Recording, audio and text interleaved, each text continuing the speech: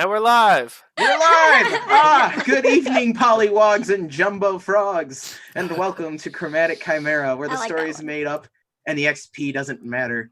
Joining me tonight are Chrysis Krukazel, the Dragonborn Druid, Abigail is Metal, the Halfling Paladin, Lucius Cat, the Azamar Rogue, Ryan is Gray, the Tiefling Warlock, Megan is Rosalind, the Yuan T. Beerblood Warlock, and Sam is Mouse, the Tiefling Ranger Cleric. Do note that tonight we are going to be delving into some heavy backstory stuff. And as tends to be fashion with D&D backstories, there's going to be some trauma these characters are going to be digging into. Just be aware of that if that's something you're not into. I won't be offended if you don't watch tonight. That's, practice safety for yourself first. Also, don't forget that if you want to give a character inspiration, just cheers 300 bits, tell us who you're giving it to, and maybe why. Anyway, I believe we have a fun recap. Hey, we do! Fun. And it's not me this time!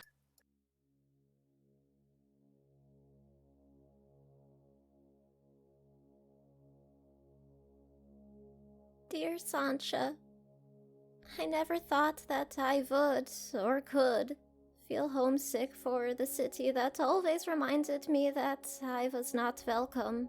But oh, God! And we're back! We're back! I guess the video's not working. Weird. I'll fix it. Is it the browser source updated? Yeah, or media source, rather? Okay. Do I need to give a quick recap of why don't you tell us where we're at while I fix this? Alright, so the party was recently victorious over Duke Osiris Gedrin, a really bad dude. They're in the Spire of the First King, which Nettle has been recently awarded as the new Duke of the Duchy of Balin. And they had just finished talking with an inquisitor from the Empire of Kovith about possible future work, since they seem to have a knack for this sniffing out heresy thing. At least that's what the inquisitor thinks. So they do find themselves in this newly appointed home, recuperating. They're sitting in a kind of side room. A fire's been lit in the fireplace. There's a couch and a table, and other comfortable seating is placed around this fire. A kettle is placed over the fire, boiling water for tea.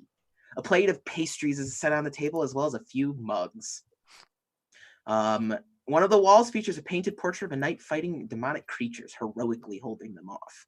Over the fireplace is a sword resting above it and notches on the wall. That's redundant, my bad. A window lets in soft sunlight through sheer blue curtains, and the glass scones that hold the electric torches on the walls produce no light. Maximus, the St. Bernard dog, curls up under one of the chairs, snoozing away on this chilly spring morning. All right, character recap is ready. Hey! Woo!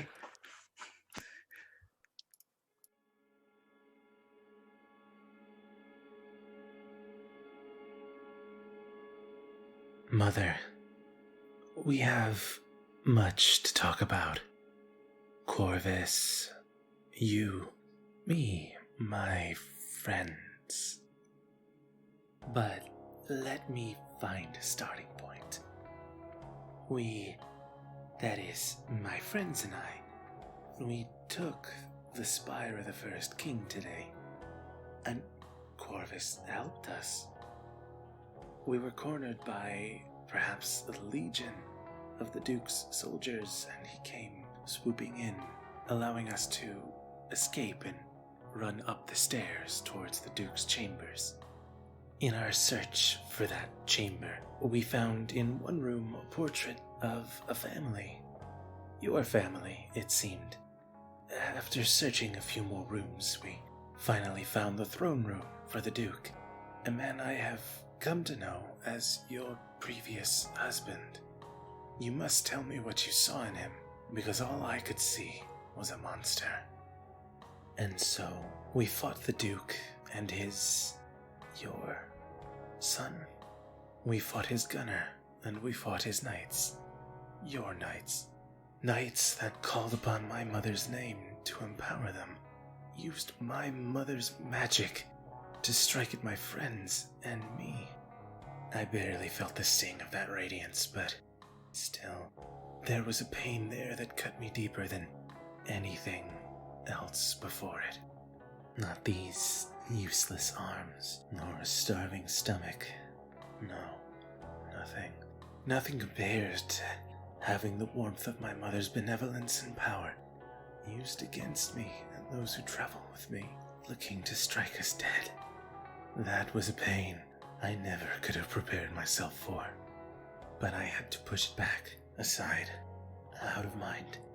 I had to ignore it, look forward to the Duke, tearing himself apart to reveal a grotesque amalgamation of man and dragon. What was he doing, Mother? Were you a part of this? Could you have been? I don't really recall the entire encounter.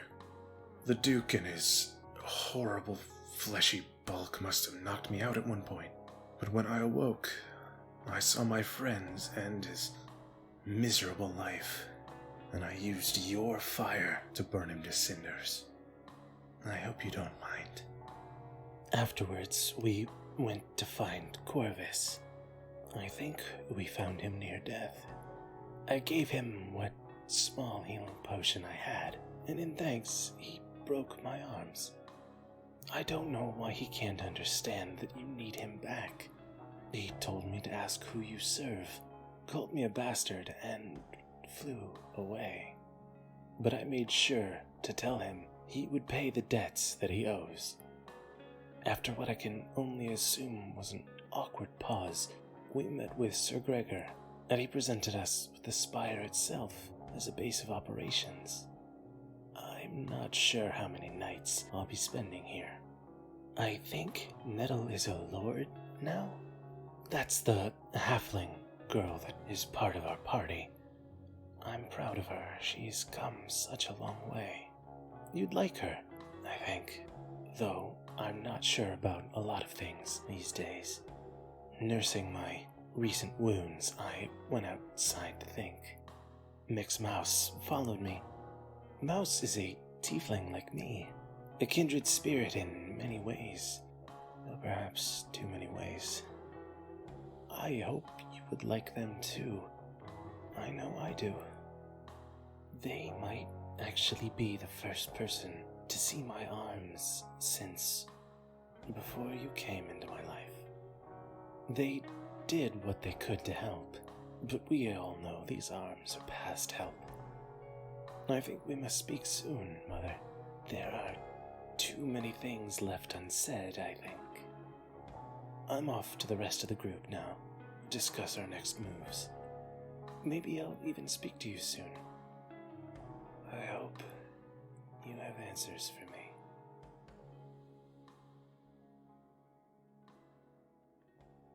And we're back. And we're back. Pulled away from the side room that was just previously mentioned, the cozy room with the cozy fire. Rosalind is taking Kat aside to have a nice discussion. Have fun, you two. Oh, God. Okay, so I would like to think any talk would have happened when we were on our way up to the room as like a hanging back sort of thing. Sure. Kat, would you want to pull Roz aside, or how do you want to initiate this scene? Kat is in denial and pretending her problems don't exist, as she does most of the time.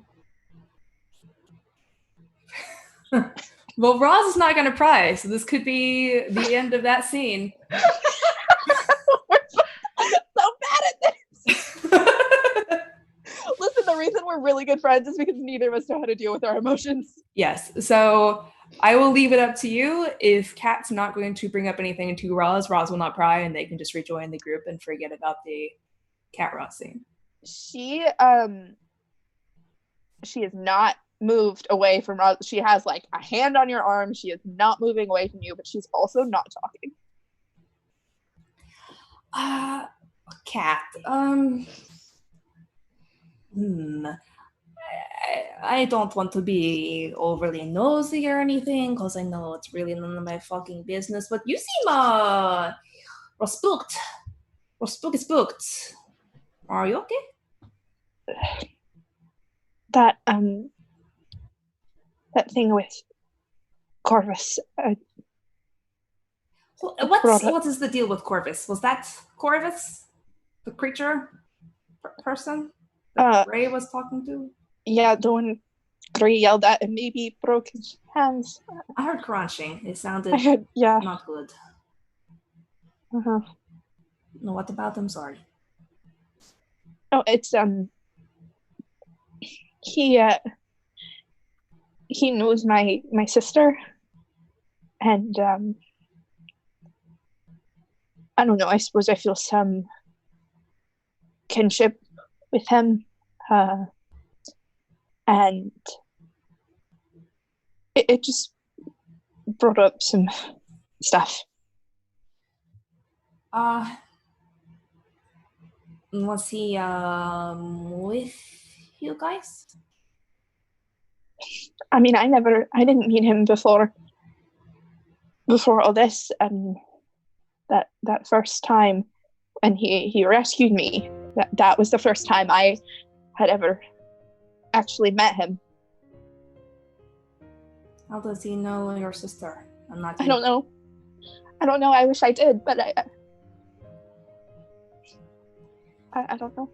Cat, are you sure he's being honest and not just saying this to take advantage of you being emotionally vulnerable? I mean, Lillian mentioned him. I know the name, but I didn't know who he was. Like, she mentioned him? I Do you remember so. the context? Do I remember the context? Yeah. So was it just that she mentioned he was gonna try and help us escape? Is that all I know? Yeah, the name, like when you first heard the name Corvus Altera, the context was like Lillian mentioned having met this person named Corvus. He was a good person and he was going to get y'all out of the Biomancer labs. Okay, Rosalind, all I knew is that Lillian vouched for him. She said he was going to get us out, and he never did. Okay. So, you think he's not to be trusted, then? I think he means what he said. I think he really wants to help Lillian. I don't know what his thing with Gray is, or what the problem there is, but I think he means well.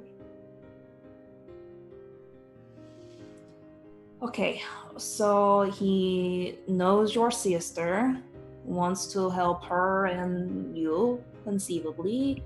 That seems like good terms, and then with Gray, he is on bone-breaking terms. Apparently. Okay. Have you talked to Gray about these? Not yet. I mean, I know. I think I've picked up bits and pieces, but I don't have the full story. What have you picked up? Something to do with his mother, I think, and Corvus straying from her, betraying her, him wanting to bring her back. Corvus's mother? Or Gray wanting to bring Corvus back to his mother. It's all very complicated and dramatic, Gray's and I don't understand mother? it. I don't understand the antecedents of your pronouns here. Who's his?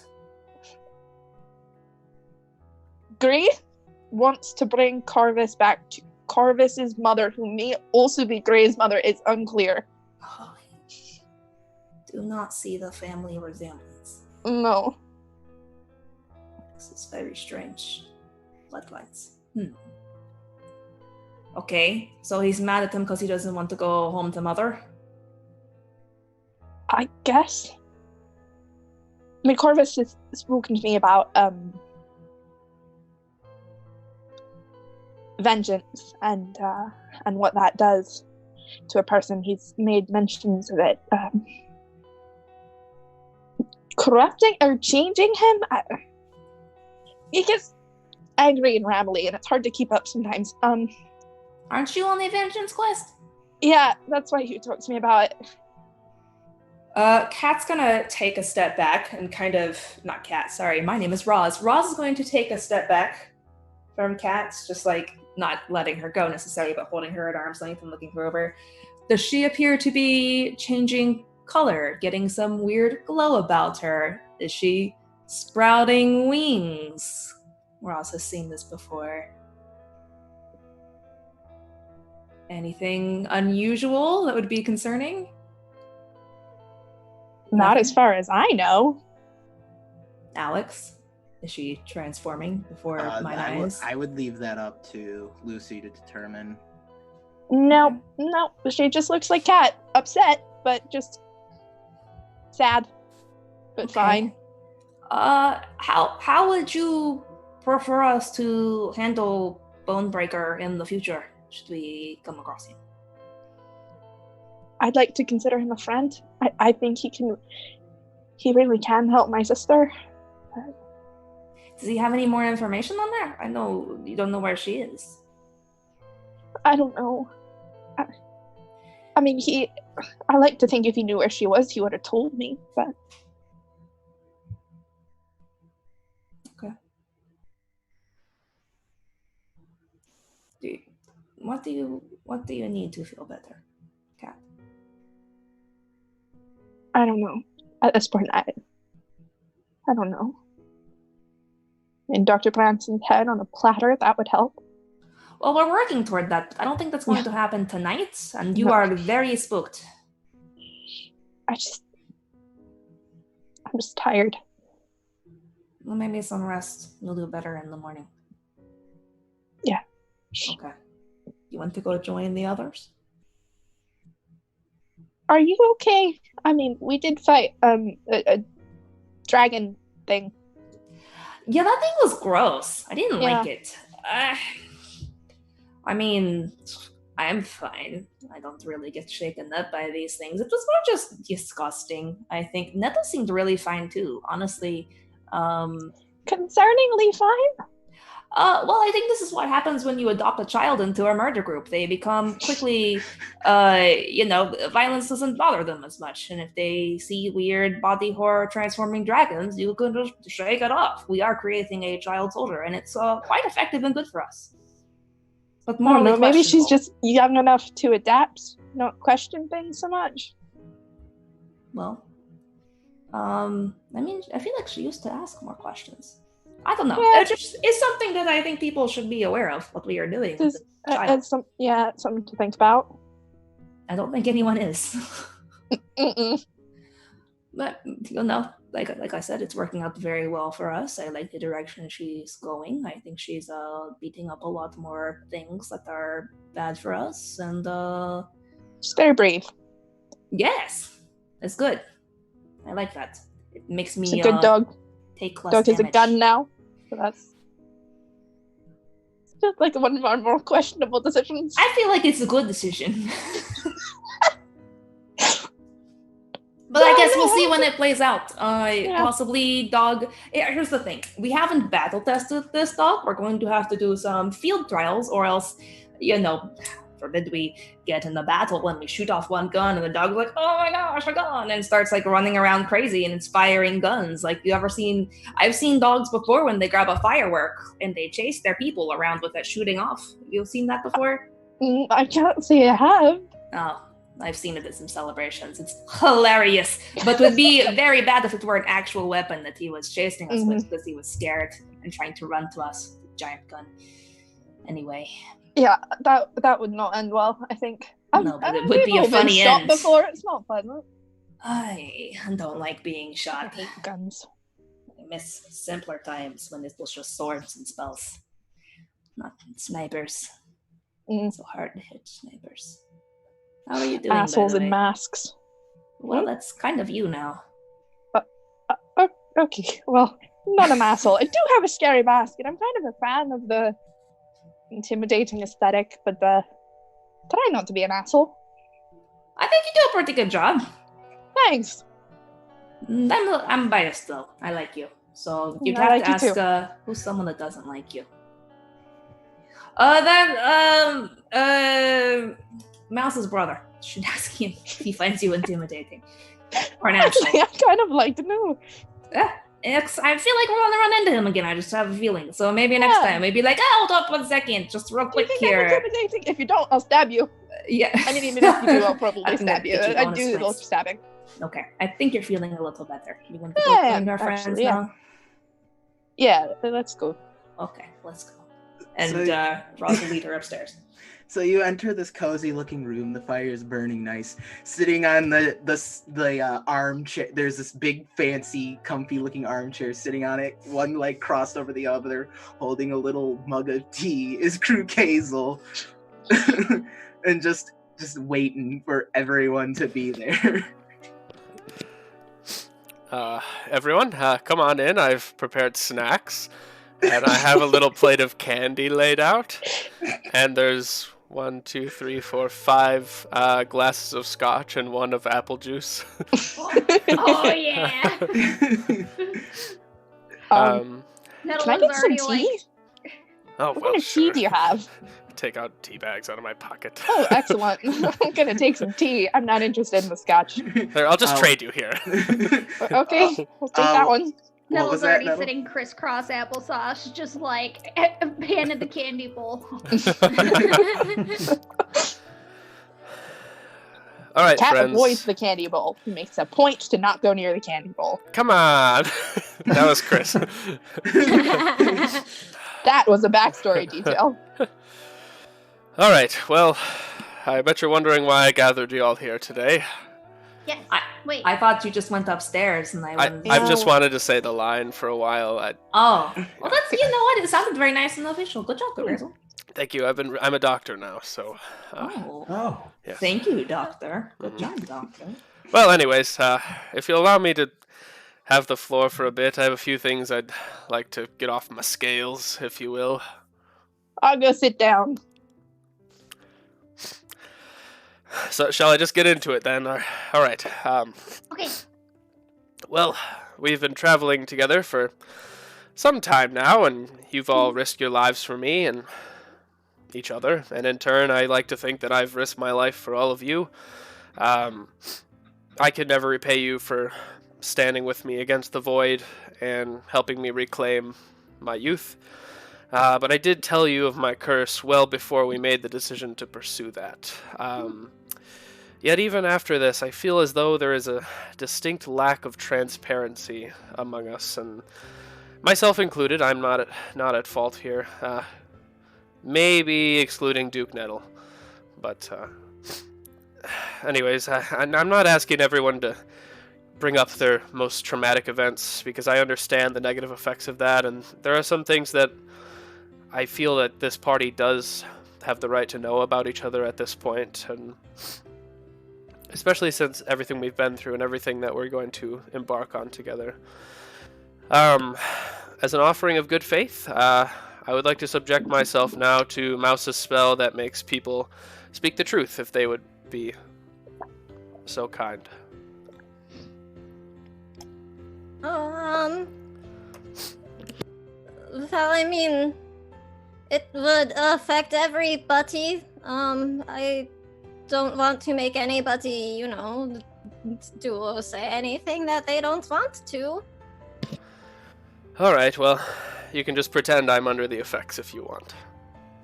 We should always tell the truth anyway. And I mean, I have a secret too. Oh, alright, Duke Nettle. Well, allow me to go first, and then maybe you'll feel more comfortable. I not only have one secret, but I do have 3. And know that once I tell you all of this, there are no more secrets on my end, and I am an open book at this point. You know everything there is to know about me. So, let me tell you the real story of Krukazel, unomitted. The story of my curse is true, but I did omit one detail. The curse that the Farseer hit me with was aimed at my younger sister, Krukala. She was no more than 7 at the time, and I dragged her with me into the ruins that we were in. I endangered her life, and when our parents found out, I was asked to leave. So I did. And I was trying to figure out where I could fix this curse. So then it led me, the second thing, I joined the Sons of Winter. As you all know, Rex and Alana are members of it as well, and they've helped us out in a few sticky situations. They understand the curse a little bit better because the true purpose of the Sons of Winter is to destroy any artifacts left behind by an ancient evil, the same one whose power was used to curse me. That's the Farseer is the evil? Well, no, I think he is serving the greater evil. Oh. Yes, so I know we've dealt with the Farseer, but I do not think that is the last we will hear of the Void. Even if we do not remain together, I think the Void will trickle over into everyone's lives eventually. The third thing, and this is a more recent secret, so I have not been keeping it from you for long, but when we were in Thunderbluff, I did have the pleasure of speaking to my sister through Phasma. War is coming to my homelands, and I feel very responsible because I am very, very far away. It's for this reason that I'm saying all this to you, and I need to start understanding everyone's motives here. And if I don't, I'll be making my way back home. Alone. Truquezo, we gladly, once our business here is done, or at least I'd gladly help you defend your home. Yeah, I'd be happy to go back and help your people. I know. You are a really chill and cool bro, and I like you, and I imagine your people are also really chill. That's not a nice pun. They are pretty chill. Nicely, actually. Yeah. I understand all this, but I also know that many of you have paths with the Biomancers, and I fear that this is not going to be a one-and-done type mission. Even if we do go and quell the false goddess and all of these things, I fear that the Biomancers are spread farther than maybe we know. Well, Crook's like... Crook's... I'm gonna go with you. All right. No matter what. Nettle, you have a lot of land to rule over now. I think you're going to be a pretty busy young duke, or old duke. Oops. I don't think I'll be busy until I have to find a princess and marry her. I think I'll be okay. That's fair. Well, this is the part where I'll open the floor up to you all. And by the way, I have been reading from like a little scratch of paper, so it's like he's very nervous and he's written all this down. He kind of folds it up, and you can see that there's more to the paper that he hasn't read yet. And I did have things written down to address each of you with, but I think maybe I wasn't owning up to what good people you are, and perhaps you'll say it on your own. And I'll just fold it up and put it in the back of my robes and just sit back down. I mean, what do you want to know? I mean, I want to find my sister, and I want Branson and Norlin dead, and preferably anyone who associates with them. Yes, but what happened there? I understand. I take no qualms in standing with you against the Biomancers because I can tell they're truly evil people, but it would help me to know that I'm fighting a war that I should be fighting for certain, if that makes sense. I know I should be at home fighting with my family, but I would like to think that I should be fighting here as well. Maybe I'm just looking for more evidence to appease my own guilt. I'm not sure. Maybe I'm a biased source, but the world would be better without Biomancers in it.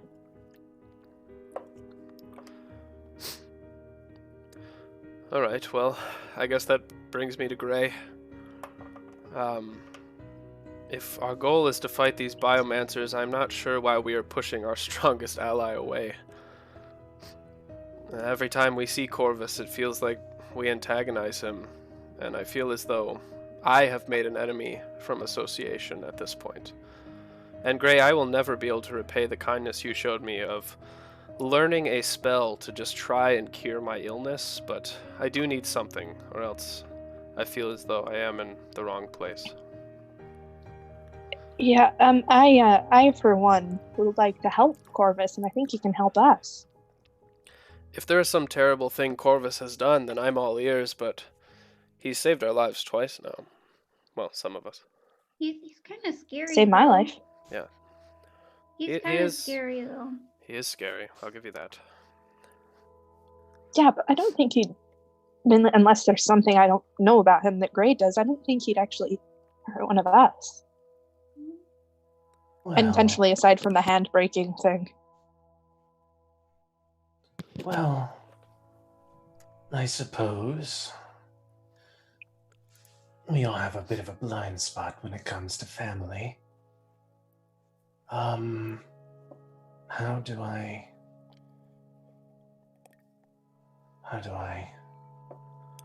start? I suppose it's come to mind recently that I need to trust the rest of you if I am to be able to have the trust of the rest of you.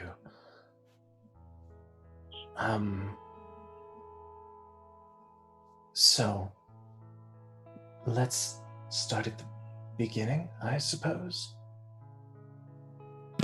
I'm all ears, whatever you want to share.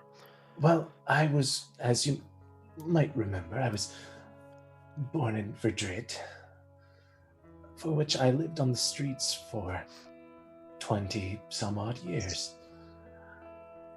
I never knew my parents, and I nearly starved to death, maybe once a week. He kind of stands up from where he was sitting, and he kind of moves towards you so that you kind of all are in kind of a half circle around him. And he kind of just kneels down very slowly, as if he really doesn't want to.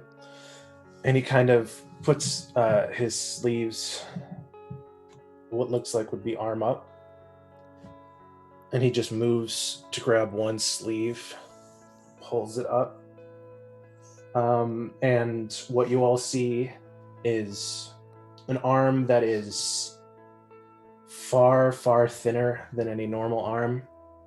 It's been atrophied for years and years, wrapped in black bandages, but the skin that you can see through those bandages is like cracked and like looking almost like it would break. And he pulls up his other sleeve, and he kind of leans forward, head down. This was the position that I was in, day in, day out, for 20 years. And in Madrid, it really teaches you that when you're a progeny of a great apocalypse, people don't really pay any attention to you. To the extent where, perhaps instead of coin or food into my open hands, they preferred to walk upon my arms. Enough so that I retreated into myself for most of that time. But then I met my mother. She was beautiful, and she was kind, and she saved my life. And I don't know if any of you are aware what it feels like to be ignored and all but hated for the entirety of your life by everyone that you come into contact with. But when you find someone who cares, they're the only thing that matters anymore. And then there's Corvus. For all intents and purposes, I suppose he is a half-brother. He left Mother, and all I want is to bring him back. But he refuses. And I don't understand. I don't understand why. He kind of rolls down his sleeves again, because he really doesn't like to have his arms out. I don't know how to be. I don't know how to be around people. There's not a guidebook for it. Not that I could read it if there was, but aside from that, aside from everything with my mother, he kind of looks over to Kat and is like, he's perhaps more important to Kat than he's ever been to me now, for other reasons. I don't know if that really answers your question, Krukazel, but I'm afraid I don't have too many answers to give. Regardless, thank you for sharing.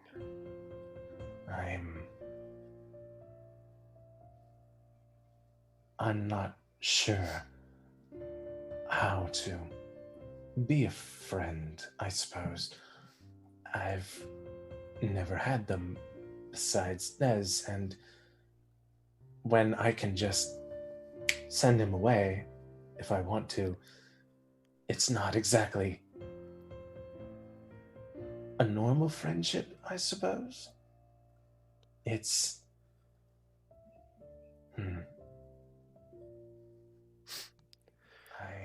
Well, a friend of mine once told me that the most important thing about friendship is laying it all on the line for each other, and I think that the 5 of us have done that for you, so I think you have at least 5 friends.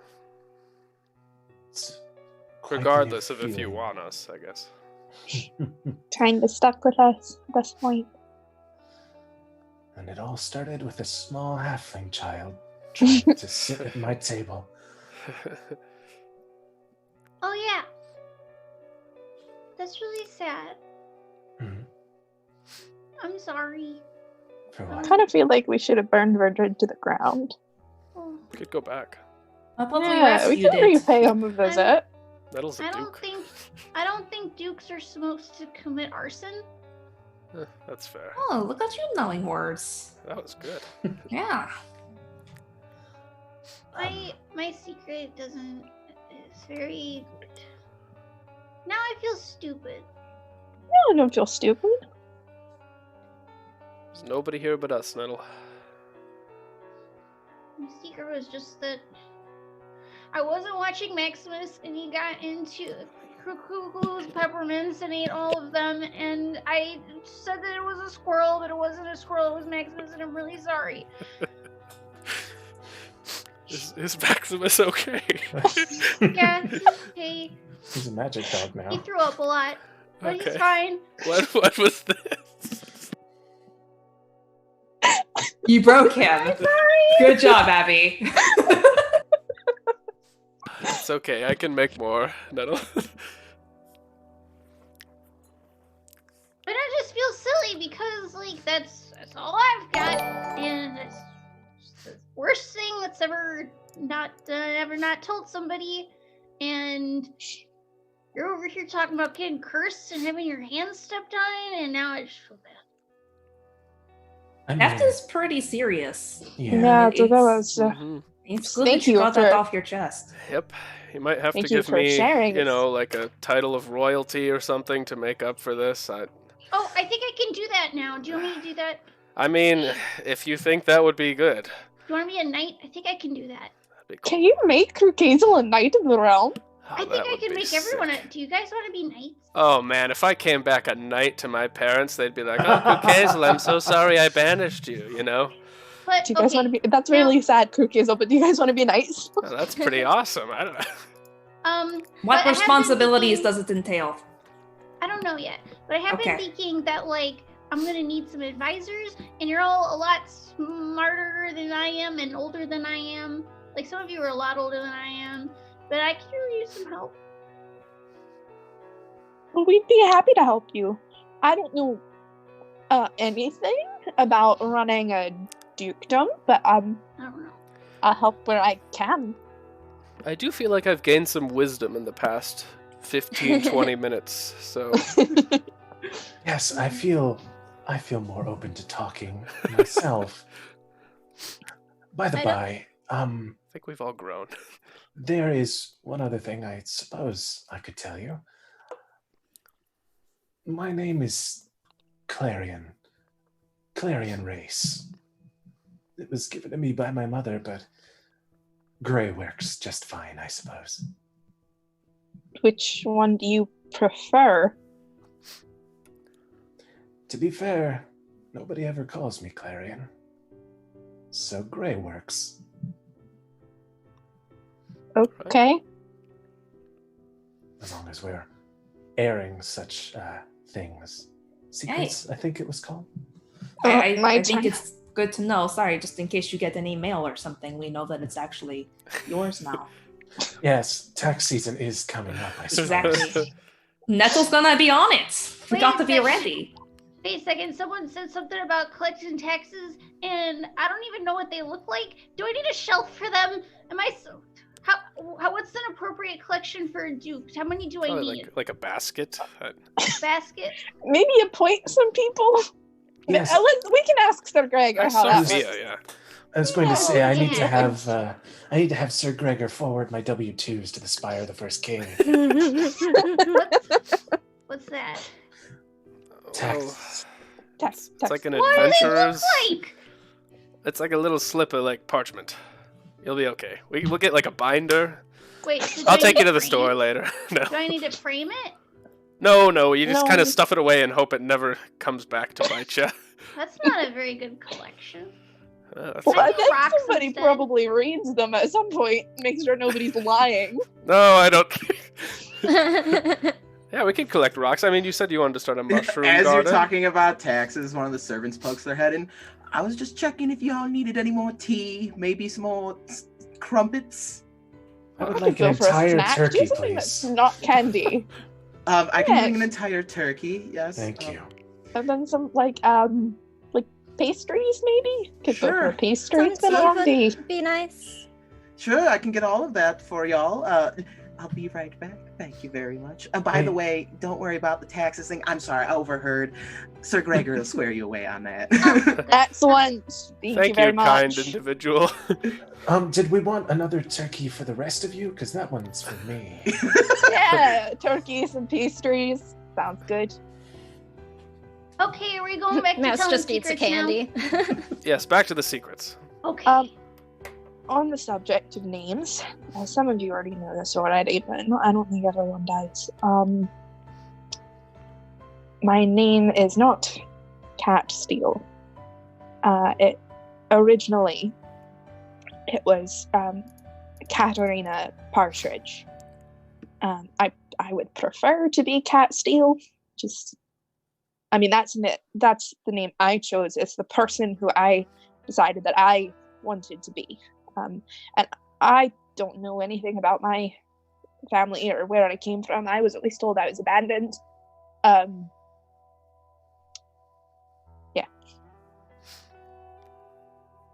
Thank you for sharing.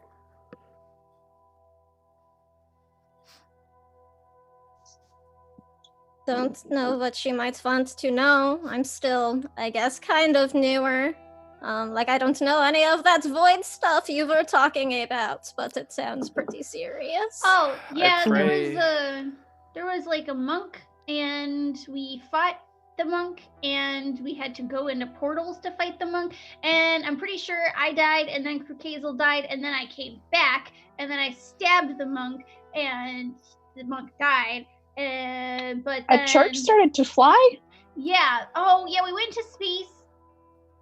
I pray to Big J you never have to know what the void is. Who is Big J? Oh, Jordantarax. I'll tell you about him later. He's a close, not close. He doesn't like me much. But anyways, I like him a whole lot. Oh, Wait, Big J does like you. George Antarax is like, yo, let's smoke up next time. Yeah. What's your sister like, Krukazel? My sister is... Well, she's still becoming her own person, to be frank. She's very young. She's cheerful, energetic, hard worker, and very sweet. So I'm proud of her. Yes, I hope to see her again someday. It was nice to see that she was doing well. Phasma let me scry on her too, and she was handing out candy just like I used to do, so... Someone had to take up the reins. I've been gone a while. She sounds lovely.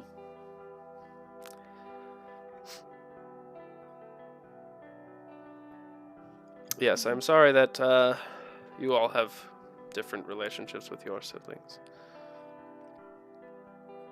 Do I know Jade is Mouse's sibling? I feel like I know that. Pretty identical, I think aren't they? so. Yeah, Okay. they look really similar. It's not. Okay, then I do not retract my last statement. It's pretty obvious. Okay. And also during that really heated discussion between Jade and Mouse, Jade made lots of references to their siblingdom. That's true. We did make reference to our mother. Cool. Well, I mean, things weren't always hard between me and Jade, so I am sorry that you all only got to meet him as he is now. You know what'd be cool? If all of our siblings just became like really dope people, and then they had like an adventuring party. Sounds like your sister's already a pretty great person. Sounds like she is on her way. Does Rosalind have a sibling? Yeah, Rosalind, you have any siblings? Insight check. Just kidding. We don't really do traditional family units where I'm from. What do you do? Stop me when I'm prying too far. Well, what do you want to know, Corcazel? It hasn't already come out in one of our nights of revelry. I don't know. Where are you from? I don't know that. Oh, where are you from, Rosalind? I am from Duskwind Vale. Alright, what did you do before you were a badass sorceress? I trained to be a badass sorceress. You don't train to be a sorceress. Yeah, that just kind of happened. Oh, you think you just fling fireballs all over the place and things will be okay? No, you train that shit. That's dangerous. I thought that was what wizards You don't do. study. No, wizards study. Sorcerers train. Oh. I'm confused too. That makes sense to me. Otherwise, it becomes a thing like wild magic, and that's some bullshit that nobody wants to play with on their games. Alright, are your parents nice? Again, we don't have no traditional family units, more of a communal. So, like, Okay. They just dropped you off on the beach and let you crawl to the ocean like a turtle? God, that sounds amazing. I wish. Well, let me put it this way. Do you want to go home ever? Like, do you have fond feelings of home, or is it just... Oh, no, I do not. Alright, well. Think of like a boarding school situation. Like you don't really have your family. It's more shared situations that impact your bonds with people. I guess you still would have a family, but imagine you go in boarding school from birth. What's your happiest memory? My happiest memory would be leaving and being on my own. Alright. Wow. Okay. There's a lot of freedom there. Yeah, Freedom independence is nice. Yeah. And I wonder how you and Kat met. We were both just kind of wondering. Right? It was complete coincidence, really. Yeah, we were in the same place at the same time when some shit went down, and you know how. I seem to remember there being bandits involved. Yeah, you know how we handle shit going down. Took issue with some vagabonds, some like marauding folk work together, kind of stuck. Badass. What else do you want to know, Kurkezel? It distresses me that you are distressed with us and thinking about it. We got matching tattoos and you want to just leave? Also, you didn't get a matching I tattoo, don't have which one, already, yes. exactly. It makes me a little suspicious. I could just walk off right now. No tattoo, no brand. Well, listen, brand? Who's getting branded? Well, I don't know. Nettle's a duke now. I don't know. Nettle, please don't start branding people. Don't think that would be okay. Not like never mind. You are obviously not from Dragonfrost. No, clearly. It's like a warrior brand. Okay. Oh. Alright. It's like a. What? It's like a. Oh God. All right. What No. I'm Just getting even at more is- evidence to bring you back to Dragonfrost someday. I really wanna want get to go branded. there. I would love to meet your people. You seem to really like them. I like you a lot. They're probably great. I like one of them. Yeah, they did. Your person. They kicked You have to they meet your kicked you person. out because you got your sister into trouble. Why did you get your sister into trouble? What happened? I probably should not have dragged her to the ancient ruins of an evil god. You were just curious, and there were then culty people there? Yeah, my father ran the library in Dragonfrost, and Ah. you know, it might not have been the biggest library in the world, but I always read stories, and you know, and so when I found the ancient ruins, I was like, oh, this could be a book about me. And so I dragged her in there. We were out for a walk. I was kind of babysitting, and I probably shouldn't have taken her. She was just as excited as I was, but I didn't understand how dangerous it was. And it's not like I'm banished. I could go back. They just asked me politely to leave. Politely, Did they but give you a firmly. time limit? No, but Like, please leave for 6 months, or... no, but at that point, I figured I should probably go figure out this curse. I plan to either figure out the curse or not come back to Dragonfrost at all. So now that I've figured it out, I hope one day, maybe not immediately because we have things to do, but I hope to go back eventually. I have a Everyone's question. business. Sure. How old are you, Kukrazel? 29. 29. Yeah. How long have you been away from Dragonfrost? How long ago was that? Probably about a year, Alex? I don't know. Oh, okay. Yeah, that's up to you. Probably about like a year and a half. I don't know. Maybe not. Maybe less. I don't know. It's a muddy Year and a half. timeline. I was on a boat a lot. I don't. Did you travel north by foot through Iberia and Dragonsand, or did you sail? I sailed, I believe. All right. Yeah, you've been gone for a while. That's fair to say. Okay, probably about a year. Yes, I'm more so concerned about getting her out of there. It'd be cool to stop the war, but I'd rather just take her away from Dragonfrost so she's not in danger. This looks like a good place. Thunderbluff looks nice. We could do an extraction mission. Absolutely. Yeah, we'd help. Or we could just ask. Nah, let's do it the fun way. Like child heist. Is it? If we call it the heist, does it make it not kidnapping? That's not still stealing a child. I mean, she'd Okay. come with us. It's not like... Yeah, how old is she? She's 7. Or no, she's 9. 8. 8. So yes, I have been gone a year. Haha. I feel like that might be a little bit young just to ask her to come with Yeah, you're right. I mean, it's only kidnapping if you don't call it adoption, I suppose. it. Well, if you take her unwillingly from her parents, I think whatever you call it, it's still kidnapping. I mean, yes, but You can just She would- lie to her. she would come willingly, I assume. Yes, she would. My parents aren't bad people, but... I mean, they raised this, after all, but... So they did something right then? Yes. Sir Krukazel, DDS. Yes, it's quite the title. There's a doctor in the Oh, family. yeah, so you it's know like, what? dang. Let's just roll back there with all my sick dental credentials, and... I've got way more money than them. Let's get out of here.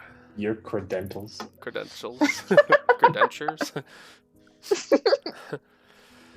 Alright, well, just know that I am open to tell you all anything. There's no secrets here. There is that one. You know where Cat comes from. You read it in a book once. I was gonna wait till a one-on-one and not reveal it in front of the whole Star Touch. Yeah, Alex. Voice of God. And I don't know he knows that. Somebody get that nosy servant out of here. Oh, I heard you talking about charges of kidnapping. Well, you see, it depends on what region you're in and what county you're in and who's the constable charging you. Oh my god.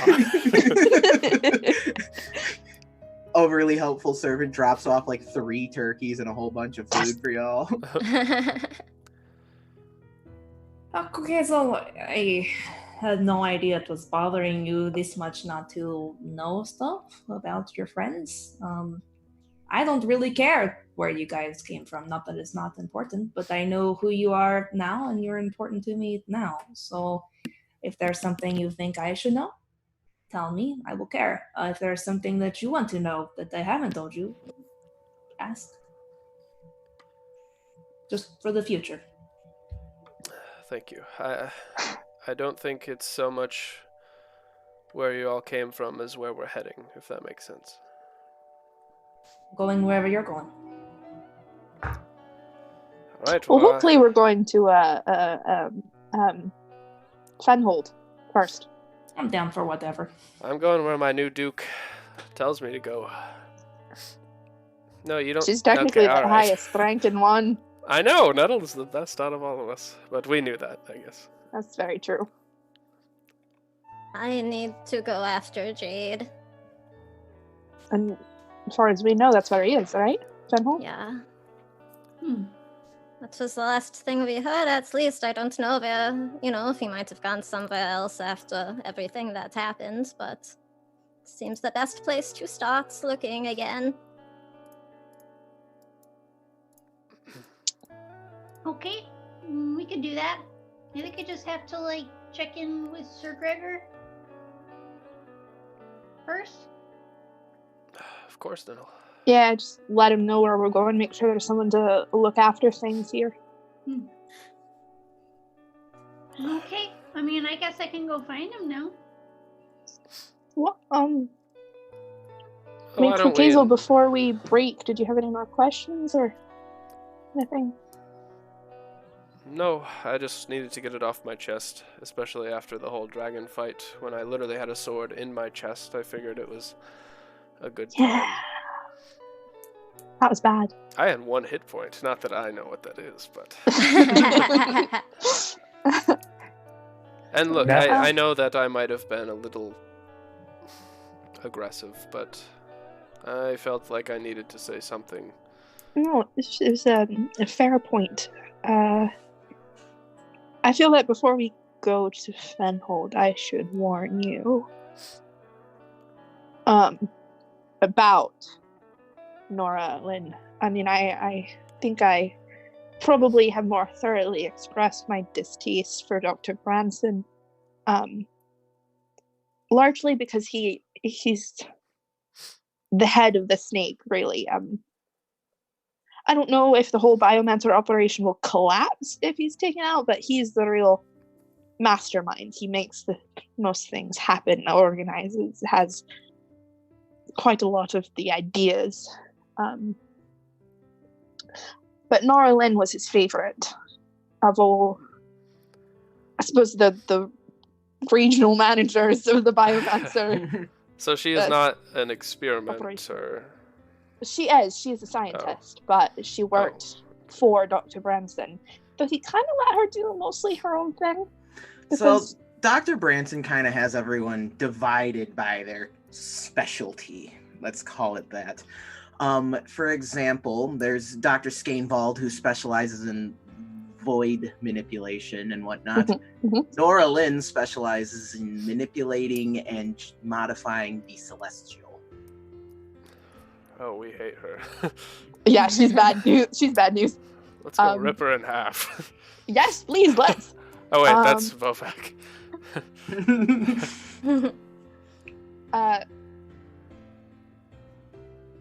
So what the voice in the sky just said, most of the Biomancer institutes are divided based on like what they focus on, and they all answer to Dr. Branson in the end. I mean, I don't know for sure what Dr. Nora Lynn's specialty was. Didn't like tell me things, but based on what Corvus has said, I'm going to hazard a guess that has something to do with the gods or celestial beings.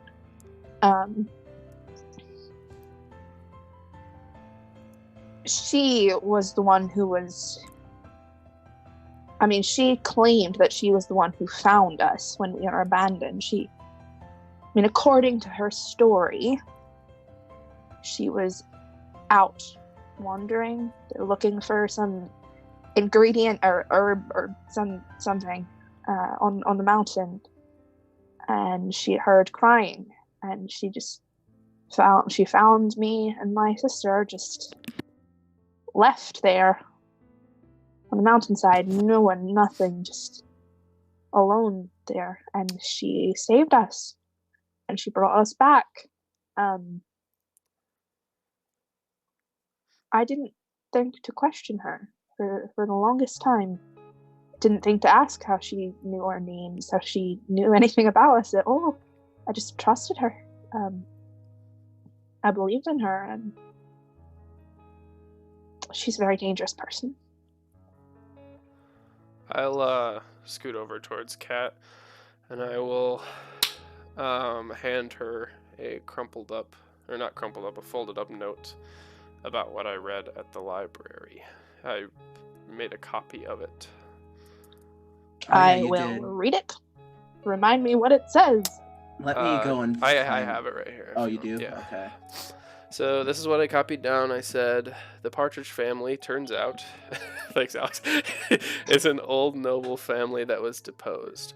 They ruled the Duchy of Urgavel, a region consisting of Wren's Reach, the White City, Arches of the Gods, the Shivering Forest, and Leopard's Run. And I will let Kat decide if she wants to share or not. I will not look like I'm expecting her to share. I'll just give it to her. I mean, it's just the same thing that Inquisitor said, really. Yeah. The Partridge family originated in Urgavel, were deposed. And that's really all I know about them at all.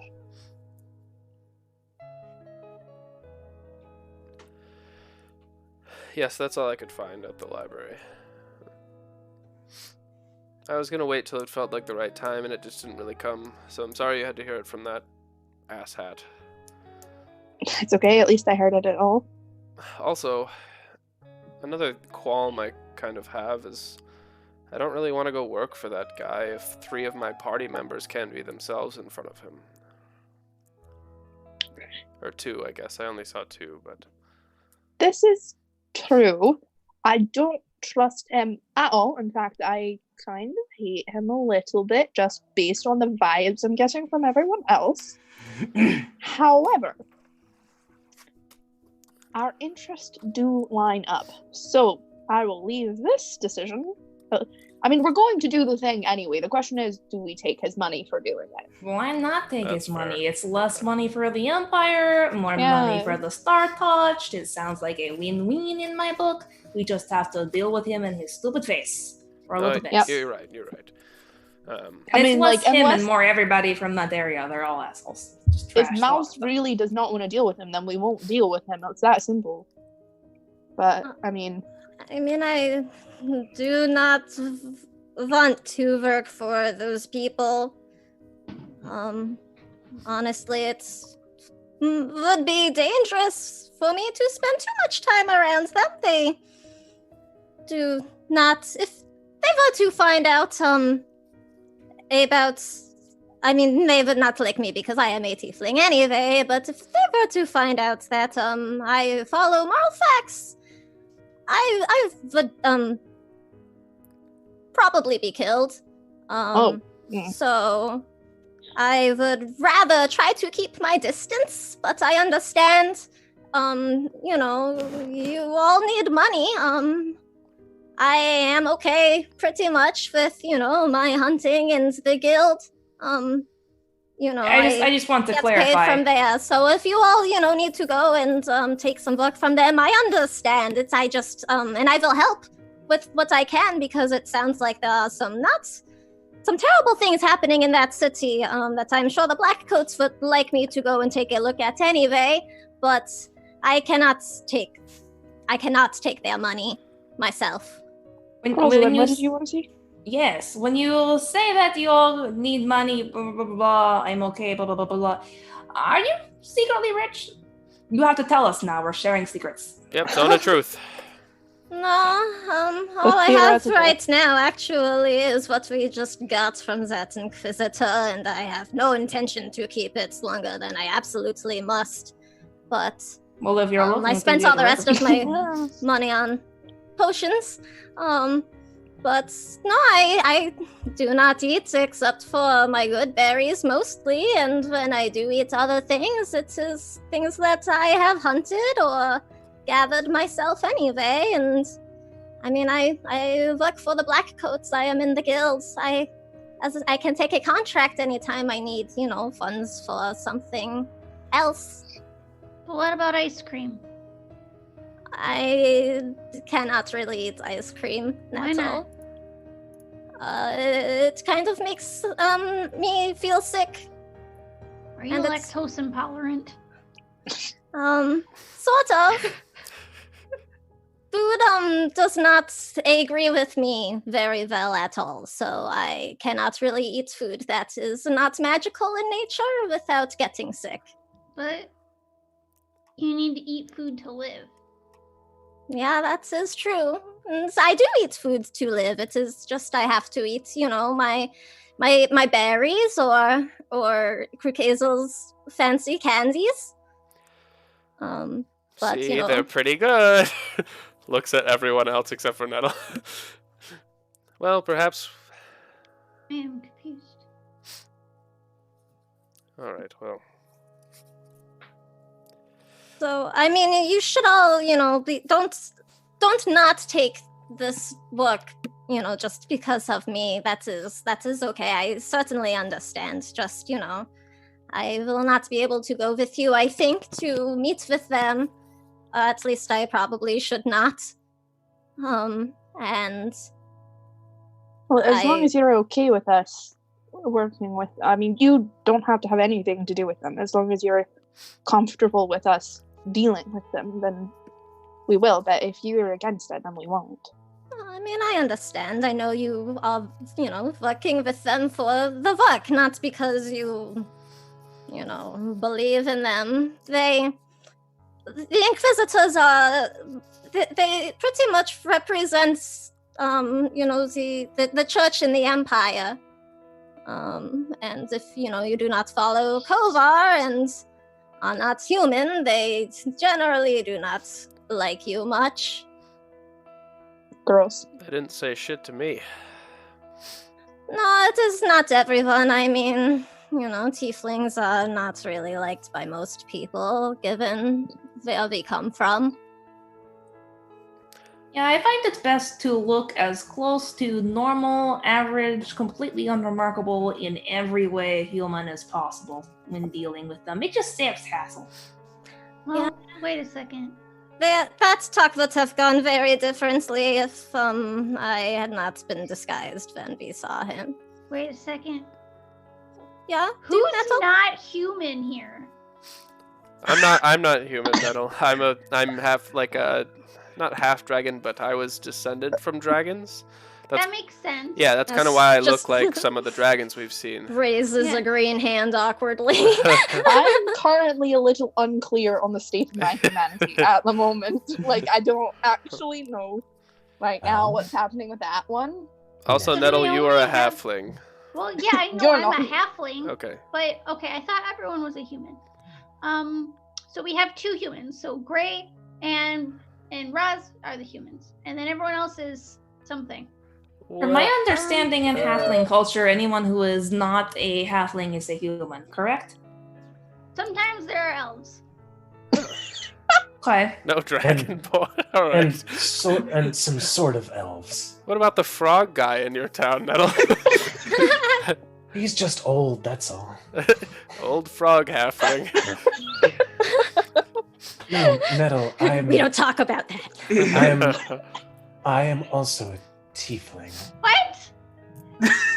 He just kind of like, his tail just kind of like waves around. I thought you were still just a tadpole. We're bringing it back, folks. Bringing it back. Oh, Okay, they are tieflings. But Raz is human, so we have one human and 4 others. I mean, as far as any of us know, she's human, right? Human Like, how- sorcerer? Do we really know that she's not human? She hasn't said otherwise. Nope.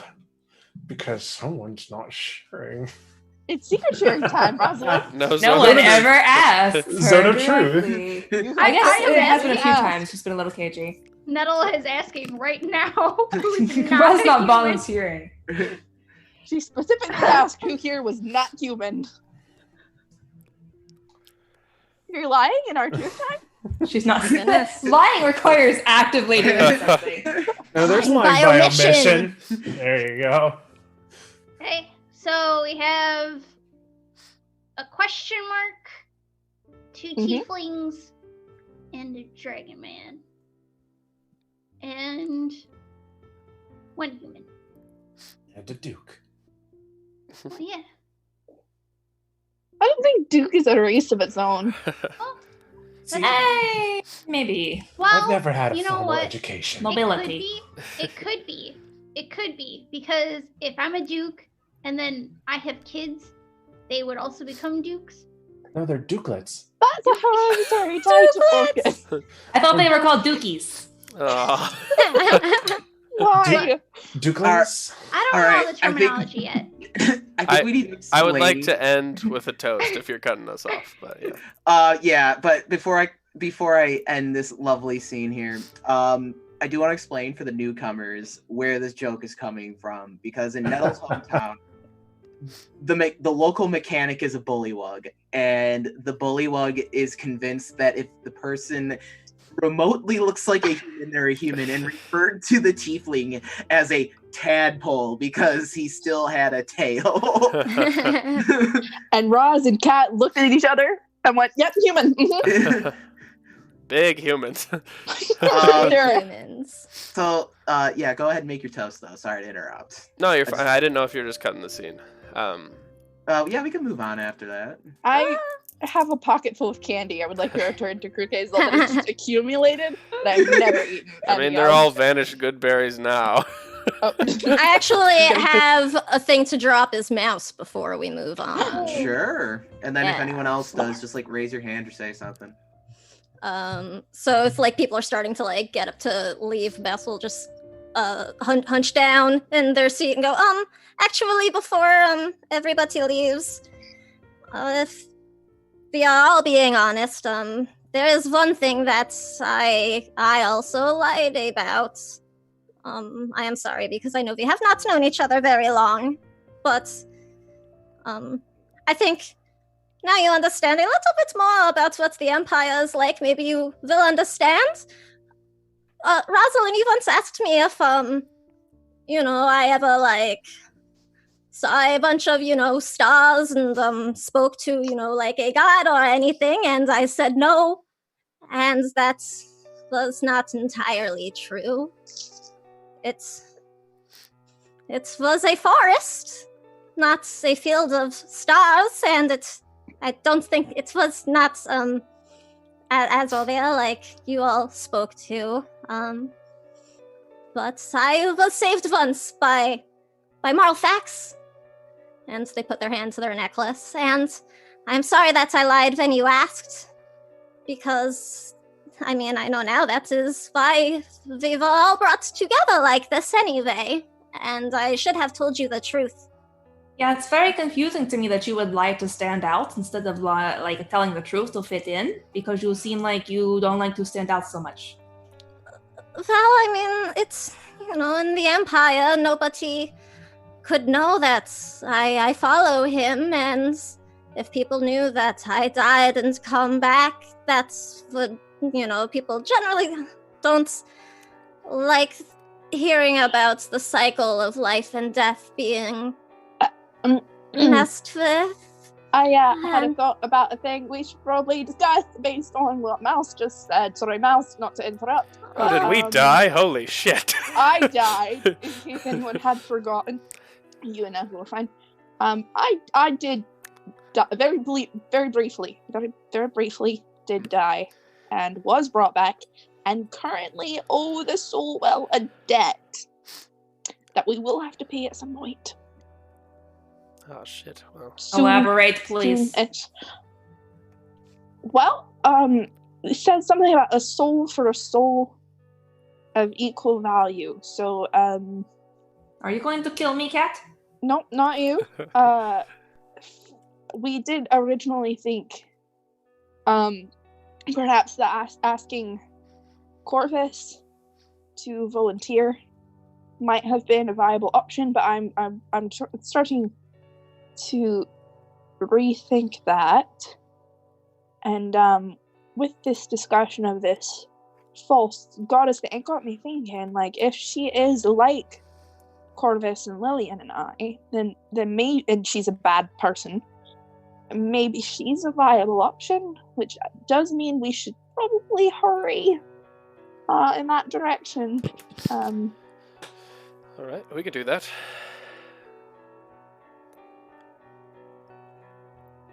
I'm pouring 6 drinks around the table. Sorry. That was the last bombshell. What happens if we don't pay this debt? He sends them terrifying creatures after me and drags me back to the afterlife. Painfully, probably. No, I'm not a fan, I must say. I prefer being alive. Especially as I still have things left to accomplish. You're more fun when you're alive. Mm-hmm. Yeah, and it is more fun being alive. Yeah? What was it like being dead? I mean, it was fine. I was only dead for like a minute, and it was fine. I mean, it was pretty peaceful. Probably get boring after a while. And I still have people left that I need to address. Oh, character growth. Alright, well, I will shove a mug into everyone's hands. And I will look pointedly at Mouse, and I will say, "To the Star Touched." And I will clink, to the Star Touched. Clink and drink. Star Touch. Clink.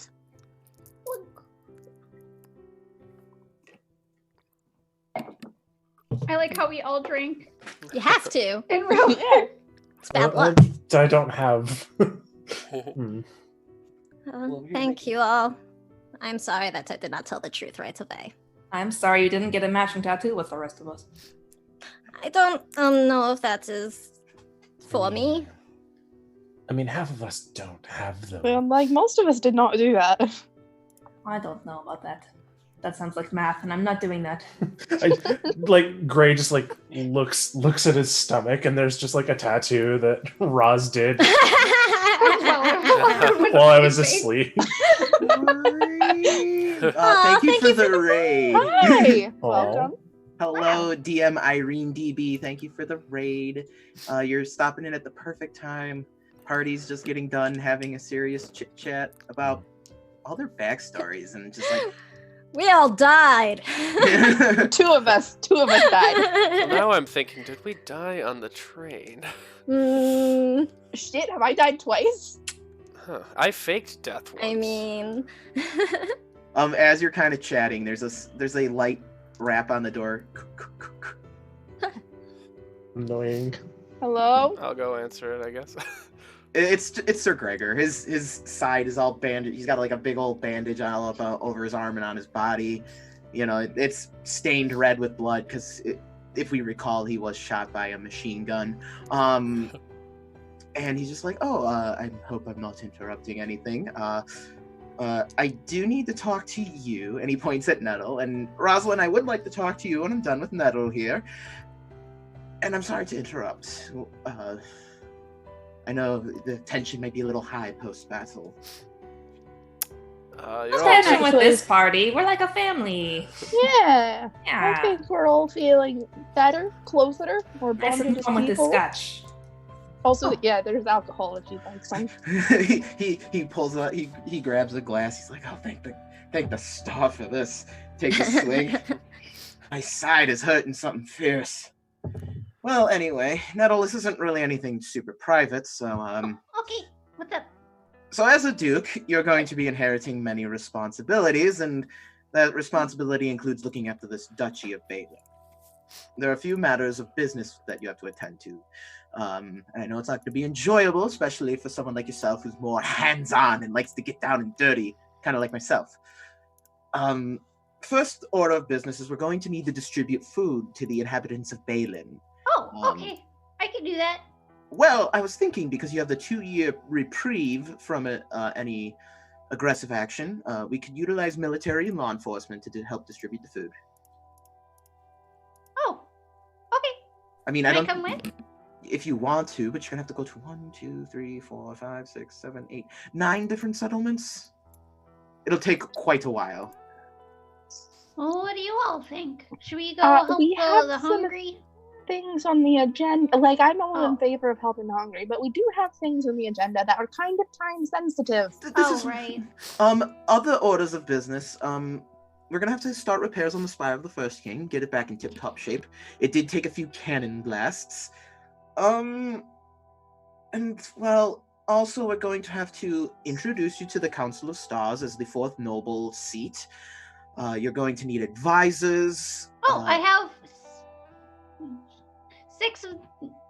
5 of them right here. Oh, I don't think I can. But thank you. I'll advise. I can't promise any of it will be useful, but Yeah, I I'll take certainly have Mouse's opinions. What It's does- not because I do not, like you, Duke Nettle, or anything like that. I'm just, the Black Coats don't allow us to be involved in political things. This last responsibility, I get it.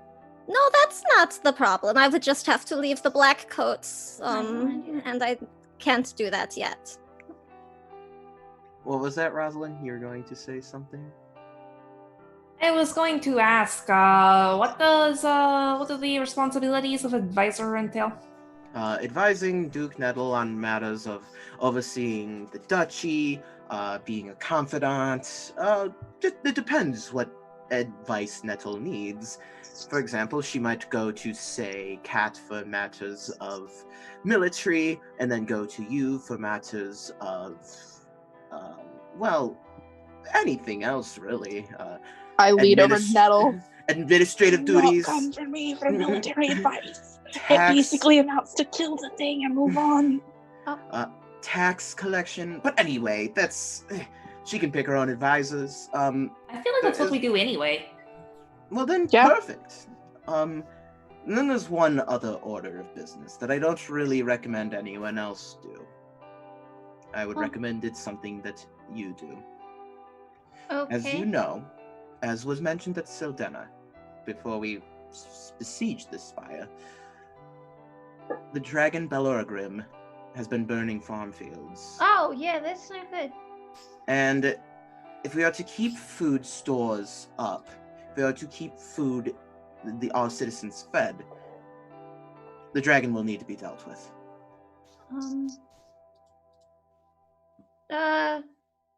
Do you think... Am I ready for a dragon? That sounds very We did difficult. just kill it, like a That was not a dragon. fake That was dragon. a fake dragon. It is a big difference. What color dragon? Belorgrim is golden. How old a dragon? Belorgrim's been flying amongst these lands for as long as the records tell. Belorgrim... Does Mouse know anything about this dragon? Because this used to be the Empire. You've probably, when you were traveling to Highguard, you heard things about Belorgrim, that the dragon and the land the dragon left the people alone for the most part, and people would actually go to the mountain to be get wisdom and prophecies from this dragon. But something recently in the recent time period must have upset the dragon to where it broke this truce and is burning fields and killing It's the people. rose disease.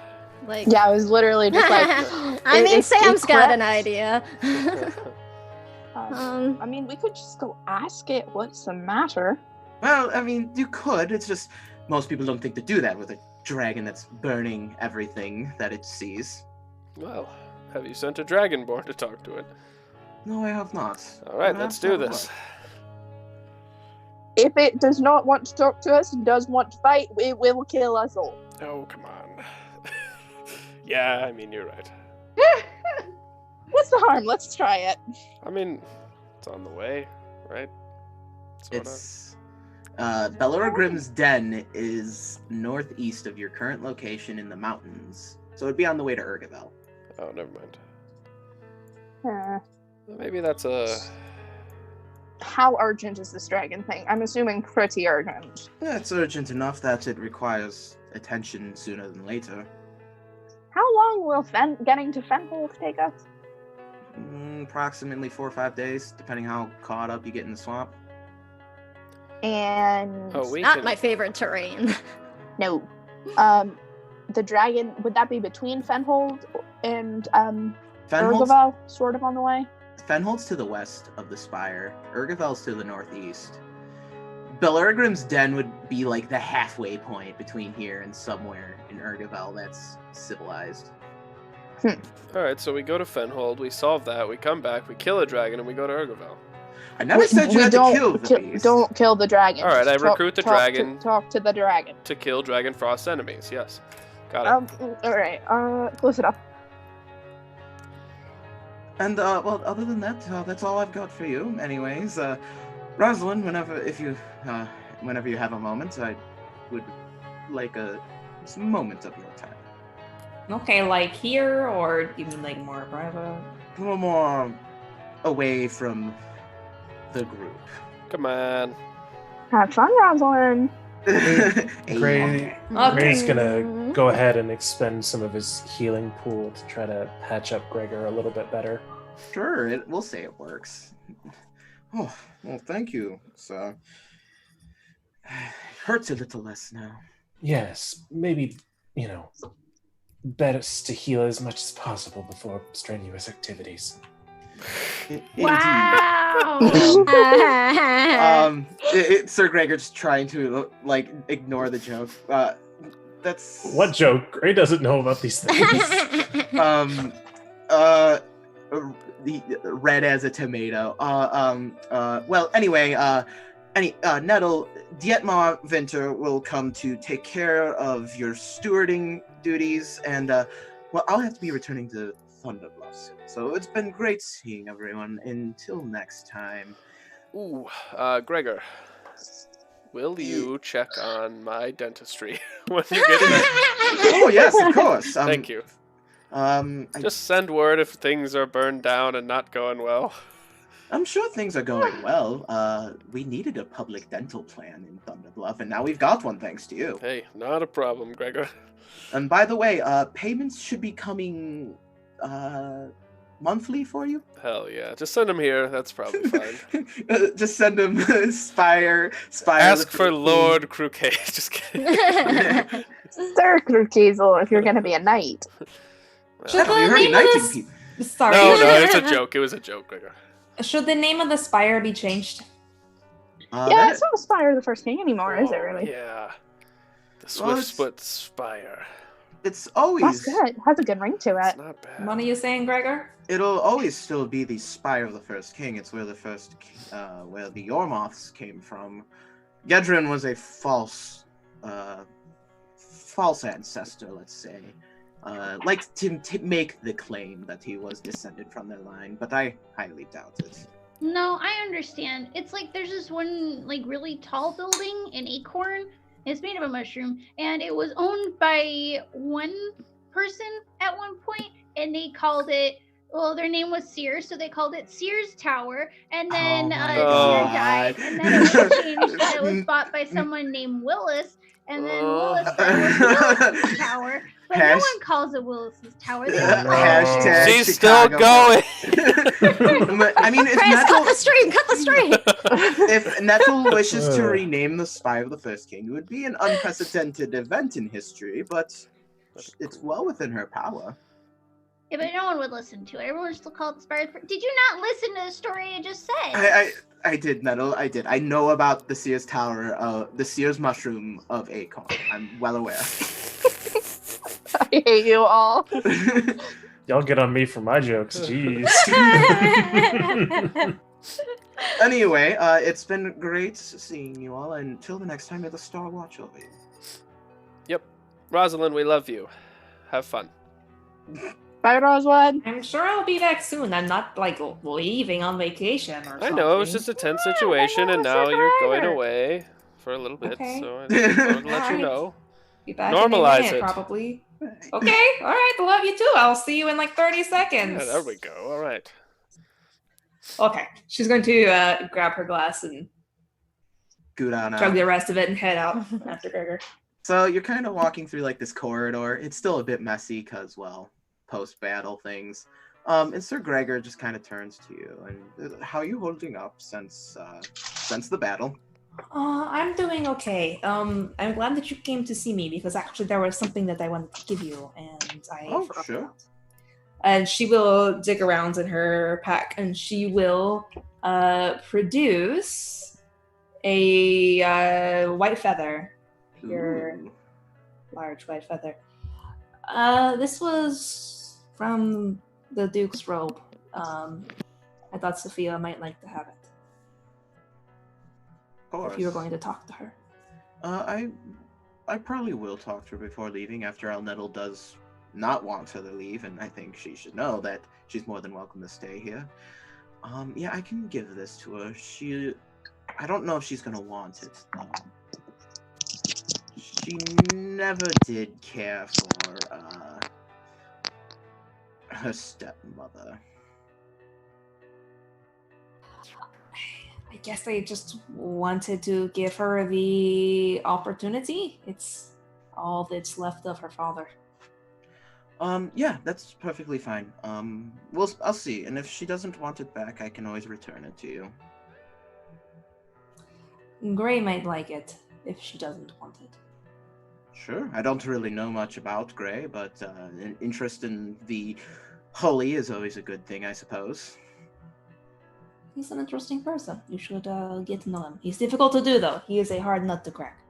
Yes, I sometimes wonder if he doesn't, maybe he just clams up around nobility sometimes. And I don't like it when people do that, because it's like, I'm a regular person like you. I'm just a regular guy. Yeah.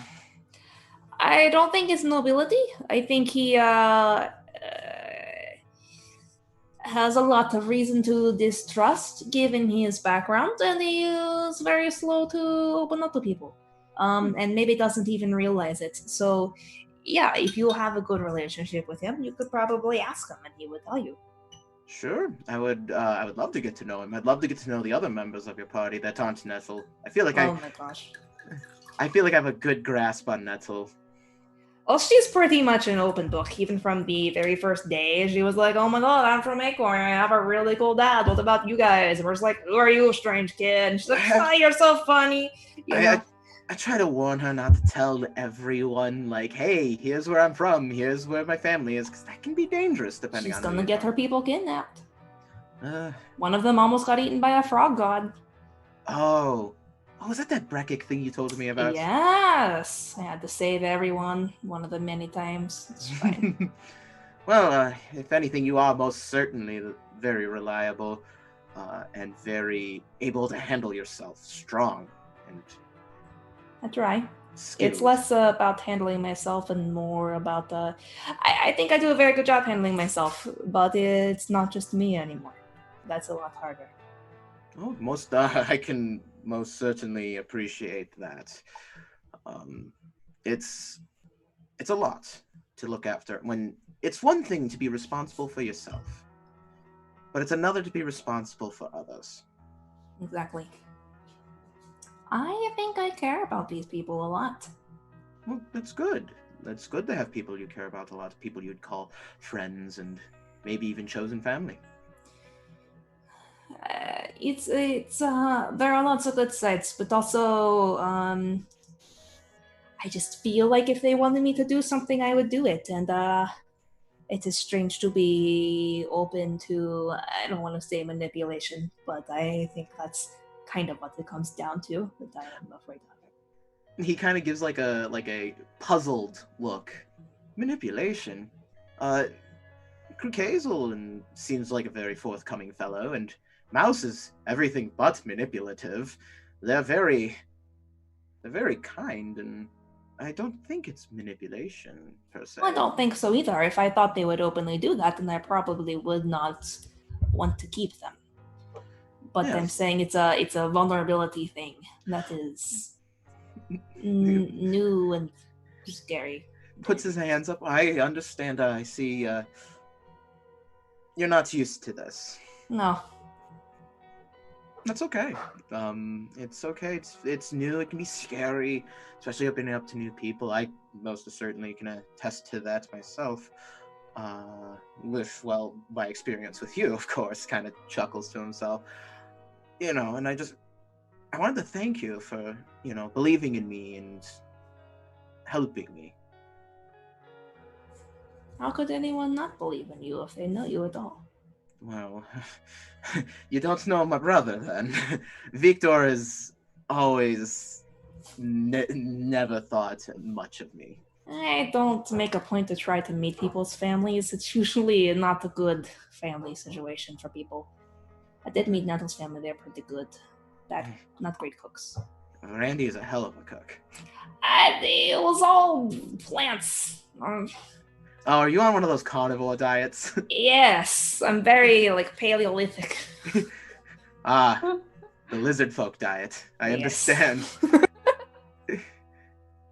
It's good for my figure. He as you say, good for your figure, he gives one of those, ooh, yeah. Gives one of those looks, well, yeah, I'd say it's working then. Thank you. What did you want to talk about, Gregor? Well, that was mainly it. I just wanted to thank you for being by my side in this whole siege of the Duke thing and risking your life for a purpose that I deemed for my purpose, for my mission, my goal, my quest. And I wanted to say, if there's anything you ever need from me, anything, you just write to Thunderbluff, and I'm yours. I will lay down my life for you and for your friends, if that is what you ask. You're mine, you say? I suppose, yes. In the chivalrous sense. Okay. Alright, just checking. Well, that's very sweet of you. I'll be on the road a lot. We're about to take off again. Oh, yeah. I imagine so. You live the life of the adventurer with your group, so... I live the life of whatever they want to do, I'm there for them.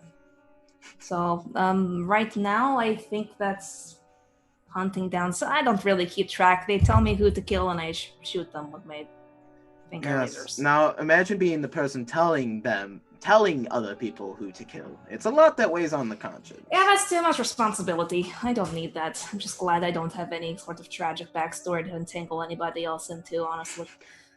I think we all have a bit of a tragedy somewhere buried away, except maybe Nettle. I've never met someone with such a wholesome life. She had a really big confession today. Oh. Yes, but here's the thing. Nothing leaves the trust circle, so... Well, of course. But it's just going to be between you and me. You cannot bring it up, do you promise? The Knight's Honor. Okay. You think it's fair. She did not keep a handle on her dog, and the dog ate all of the Hazel's candies. I told her she should have got a better handle on the dog. You've got to be a better trainer. It's irresponsible. I am a knight and I train squires. I am not a kennel master. I mean, General, you. not you in particular. I'm saying, sorry. I say there are no bad dog mounts, only bad dog mount owners. And that's not what I want to see from her. I know she is young, but you need more responsibility than that. What if it had been chocolate candies? True. Well, luckily we have restorative magic if it was chocolate candies. Well, I think a lesson was learned. Anyway, just, it's things were coming out. Things were said. Yes. It's her big dark secret. I look forward to more. There's always more. Well, if you let him, he'll put both his hands on your shoulders. Well, as I said, if you need anything from me, I'm yours, and I will bring the wrath of the astral star upon any enemy that you tell me to. If these people that you're chasing are really that much of a sworn enemy to you or your friends, I pledge myself to your cause. Okay. That is quite the promise. That is a big thing that you've given me. I will think about it, and just based on some of the things that were said in the room today, I probably will need your help in the future. You just let me know when. And where. And... You said you'll be at Thunderbluff is where I should write to you? Yes, I will be at Thunderbluff, and I will ride hard to wherever you may be, even if you are across the sea and you are down in the depths of Dragonfrost in the icy tundra. Okay. I'm sure it will not be anything that intense that you will need to do any hard writing, Gregor. You never know. He's completely just over his head. Doesn't know why that he's getting the Snickers. Oz is grinning. Well, anyway, and he's gonna, if you let him, he wants to give you a kiss on the forehead, the affectionate forehead kiss. Of course, she will not stop him. That's very, very chivalrous and chaste of you, Sir Gregor. That wasn't us on the first night, I can tell you that much. I don't know if you were feeling better, but things are like that. I mean, I am feeling a little better after Gray gave me that healing spell. Okay, well, we'll see if we're leaving tonight or if we're leaving in the morning. Gotta check in with the friends. Hey, y'all, is it cool? Sir Gregor said the parents aren't home, so... So I know we were all gonna hang out, but I mean... Rosalind's like, Gregor, come over. I can't. I have a gaping bullet wound. My parents aren't home. Oh my God. You know. You know. Just, you never know. You never know. But listen. You do need to... Was it Sophie or Sophia? I always get Sophia. confused. Sophia. The last vowel really trips me up. You should go talk to her. I will before I set Bless up. you, Nettle. I will talk to her, but yeah. I agree. Okay. Well, thank you again. Is it okay if I write you just in general? Of course. I love getting letters. I don't get much fan mail anymore ever since I don't fight as much as I used to. So yes, it would be very much appreciated, especially from someone who's so close to me. Okay. I want to make it clear, it will not be fan mail. No, I completely understand. Okay. It was a joke. Okay. Well, it was funny, but I just to make sure expectations are appropriate. I was making one of those inflating my confidence jokes. I'm really not good at them. I'm so sorry. Does your confidence need inflating? Depends. I'm feeling pretty good now that, we won. You just took Aspire! Yeah, well, you did, not me. I can't take any credit. We were the infiltrating team. We were one arm of a many-limbed fearsome army, like some kind of great old monster god. Of which you were the head. The Sons of Winter will come for us. Keep your voice down. Oh yeah, the Sons of Winter. That's a good point. I will keep my voice down. I'm making ghost noises in the other room. Ooh. Yeah, anytime weird eldritch beings get brought up, the librarian gets really upset about it and says something about the Sons of Winter, so just keep your voice down on that. That's good to know. I'll do some science later. Indeed. With that knowledge. Well, you should go check in with your friends. I've got to go get cleaned up. Wink, wink. And I hopefully will see you soon. I'll see you later, Burger. It was good seeing you. It was good to see you too. And she will turn and go back into the room. Friends, you are rejoined by Rosalind after her chat with Sir Gregor. And that's the time Krukala got into my candy just like Maximus. And they were both totally okay, right? Sorta. Right? Right? That's the night I learned lesser restoration. It helps with tummy aches. It truly does. Hey Rosalind, how was, your moonlit walk? I was pretty good. He just wanted to thank me for being really awesome and supporting him, which was kind of weird because we were all supporting him, but I guess he wanted me as the mouthpiece of the party, the clear leader and soul and heart of the group, to be the recipient of the thanks. Yeah, well, that tracks. I thought so. I accept that. He said something to me. If I talk about old gods, are you gonna freak out at me? Okay. Just like a general talk about it. I would not freak out, but someone I worship would likely freak out. And in fact, I probably, according to them, should not have let you all in on this secret, but in the name of transparency, I did it anyways. Is your god gonna be mad at us? One of them. But I'll handle her. She's a real... Just kidding. She's the least pushover of the three. Okay, okay. In the name of transparency and honesty, I do have to share a little something. When we were in Thunderbluff, I did some research on my own, Krokezel, because I do care about you and I am concerned about your soul. So I did some research on the Sons of Winter. And I made some copies here, and she reaches into her bag and pulls out a little stack of papers of the relevant text. I haven't read them in a while. I just took notes while I was in the library. And what I wrote was, and it's like scrolled on the top of the papers, is asshole, we keep it cold in spring. That's I don't know what I meant by that exactly, but it was in a section on cults, which has me a little scared for you. Sure, I suppose. What's the definition of cult, anyways? That was a joke. It's not really a cult. It's weird that you made that joke. Well, in the Empire. Oh, boy. It's not a cult. We are simply keeping cults at bay. We're like the anti-cult. Yeah, we're an anti-cult. We're a group of people who smite a cult. Are you like the atheists of the cult world? I mean, y'all Well, know no. who else said they were the anti-cult. Well, no, I believe in 3 deities. Well, I believe in them all, but I worship 3 of them. I don't know. From what I've seen, they're good people. I truly only joined for selfish reasons, to pursue my curse. I had already been worshipping Jordantarax, my main deity, as most people do in Dragonfrost, where I'm from.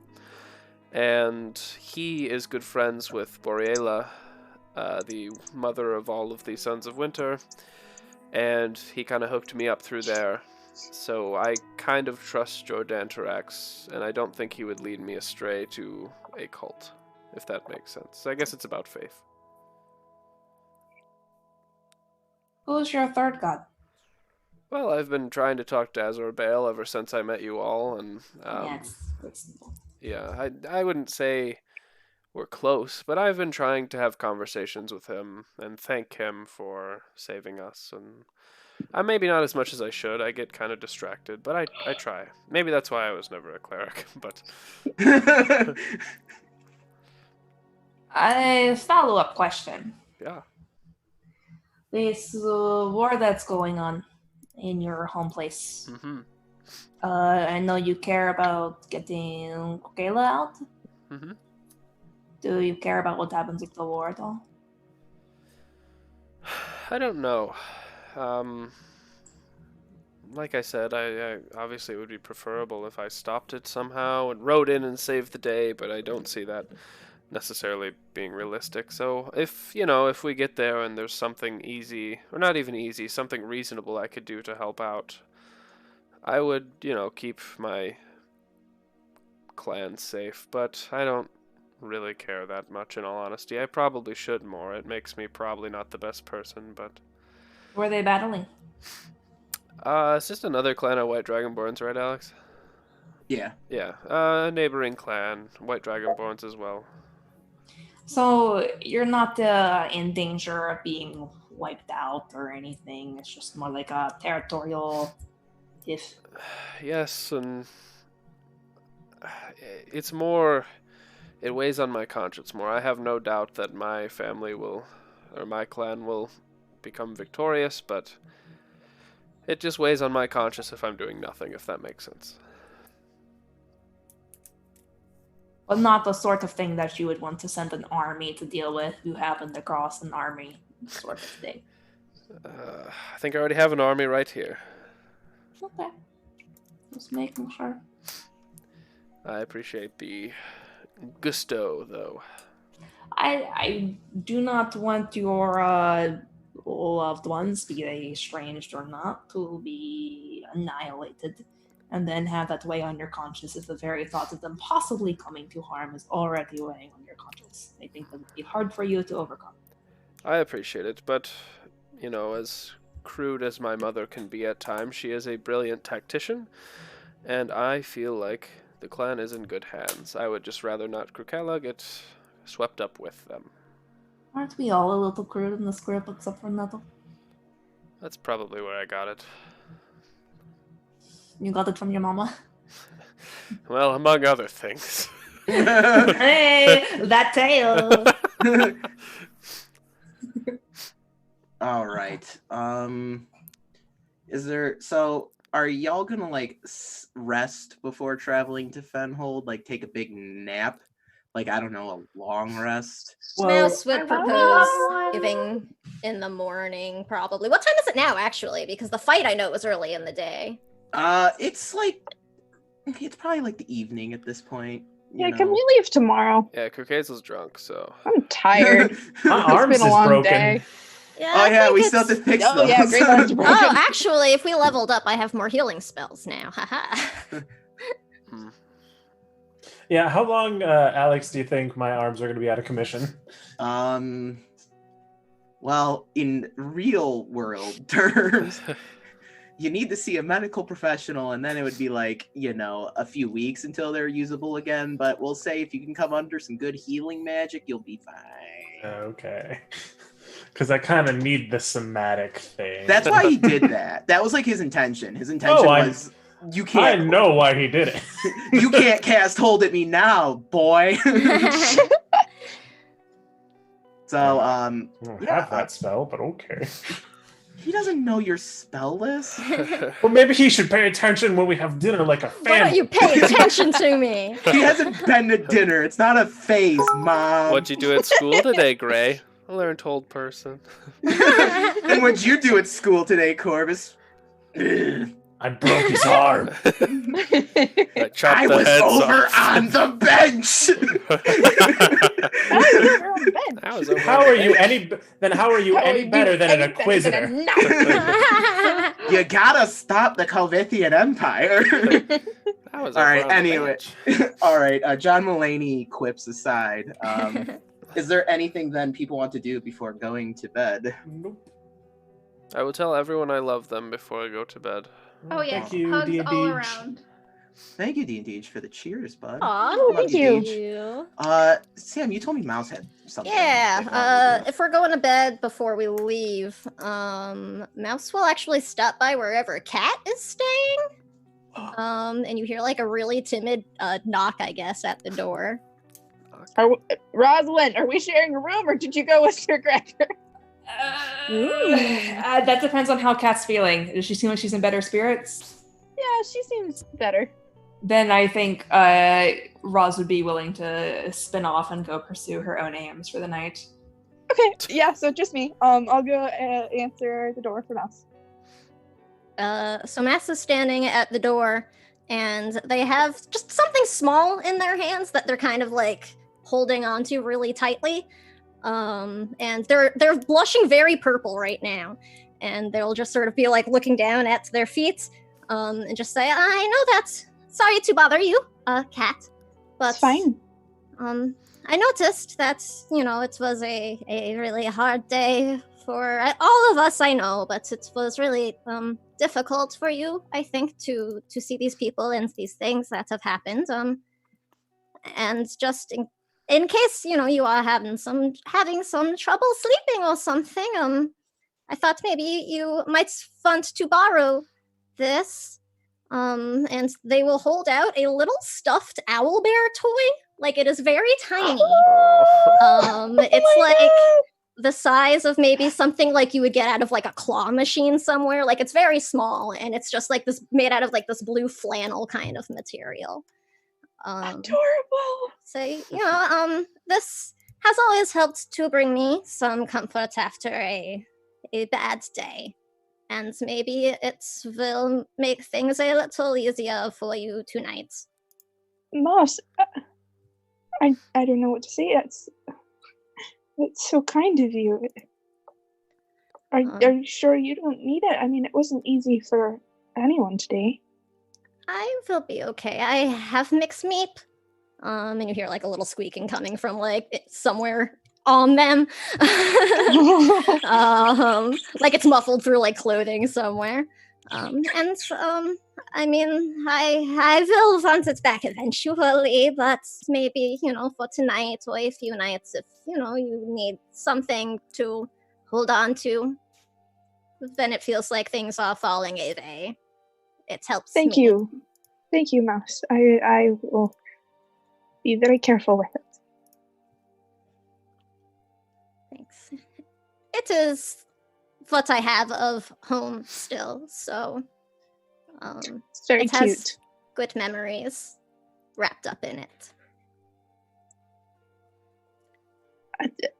I mean, I don't know what to say. I mean, thank you. It is no problem. It is, I think, what friends are for. Cat looks a little bit teary.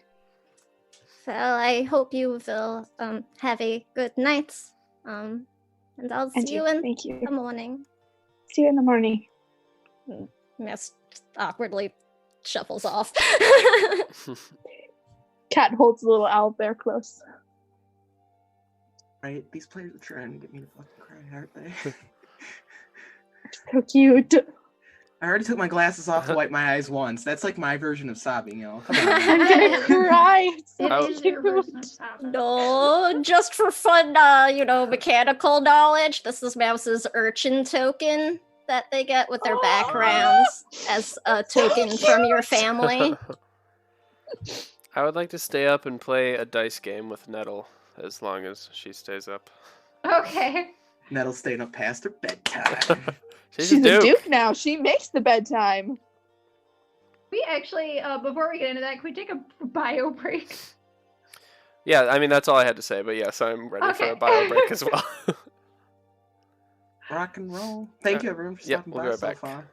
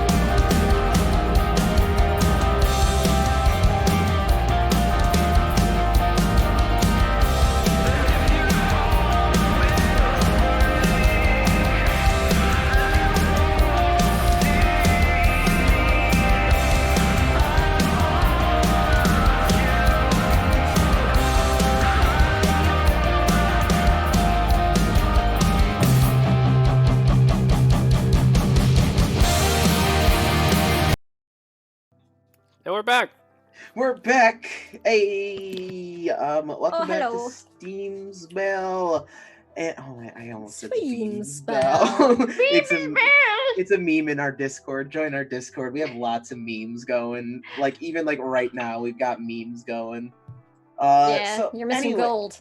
Anyway, the party had a meal of a bunch of spicy nuggets of character stuff. Oh. And now they're getting ready to set up for Fenhold. I know Krukazel and Nettle were going to play some dice late into the night. But First roll of the night.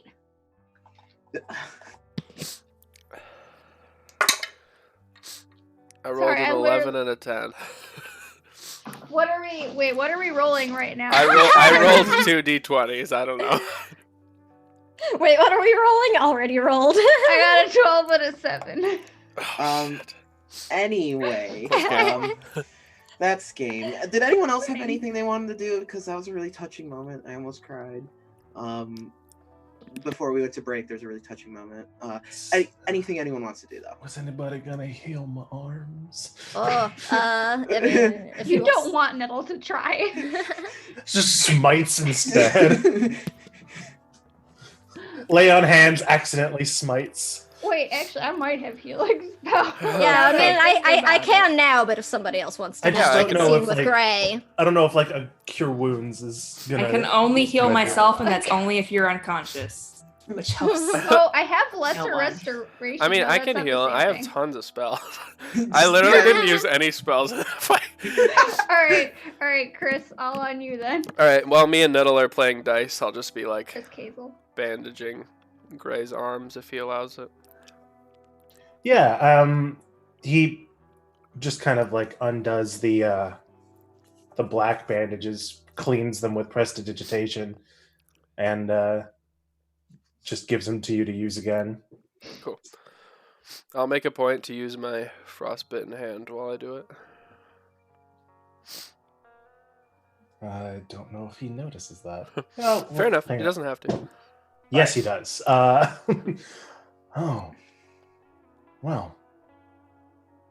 Must have been pretty cold if you, He doesn't know what to make of that.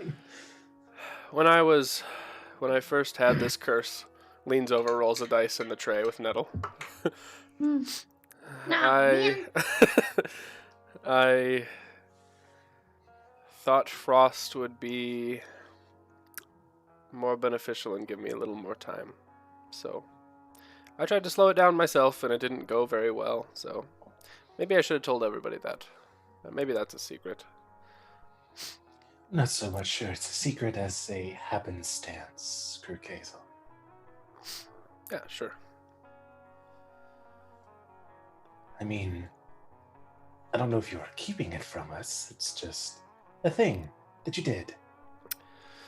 Yeah, right. I don't even like. It's not very valuable to tell everyone. I was more talking about earlier things that are important, but of course everyone can have their little oddities as long as they're not affecting anyone else. Yes. I haven't actually looked at my own arms until, well, Corvus broke them. So it's good to know that they are still there, I guess. Well, to be honest, I never questioned what your arms looked like. I was just happy that spells were flinging out of the sleeves away from me and towards our enemies. He kind of like holds up his other arm, which is still kind of like dangly. It's just like, I'll be honest with you, I don't feel a thing. That's okay. I don't think there's anything wrong with that. I mean, in situations like this, it's beneficial. In some ways. Sure. Regardless, I'm sorry that happened to you. Well, family squabbles and all of that, I suppose. Sure. But regardless, I think that you are more than capable in making the best out of it, as I recall Gray incinerating the dragon from inside with a flame sword after the battle. Has your sister ever broken your arm? She's probably pushed me off of a few rocks. I don't know about broken, but maybe a sprain, like a light sprain. So she never took your arms in her hands and crushed them with the fury of some sort of celestial demigod. Trying to picture my 8-year-old sister doing that. No, I don't think she has. Maybe no, I don't know. Gray only talks from experience. That's all he knows. No books, no. Doesn't know how to read. Krukala, I'm sorry for any time I said anything bad about you. No, Gray. I know all of your tales are rooted in experience, but I promise some people have positive relationships with their siblings, and I'm sure she'd like you. She loves a good story, and it seems like you have a few when you're willing to share. And barring those, I have a small, fluffy animal. And most children enjoy those. There we go, yes.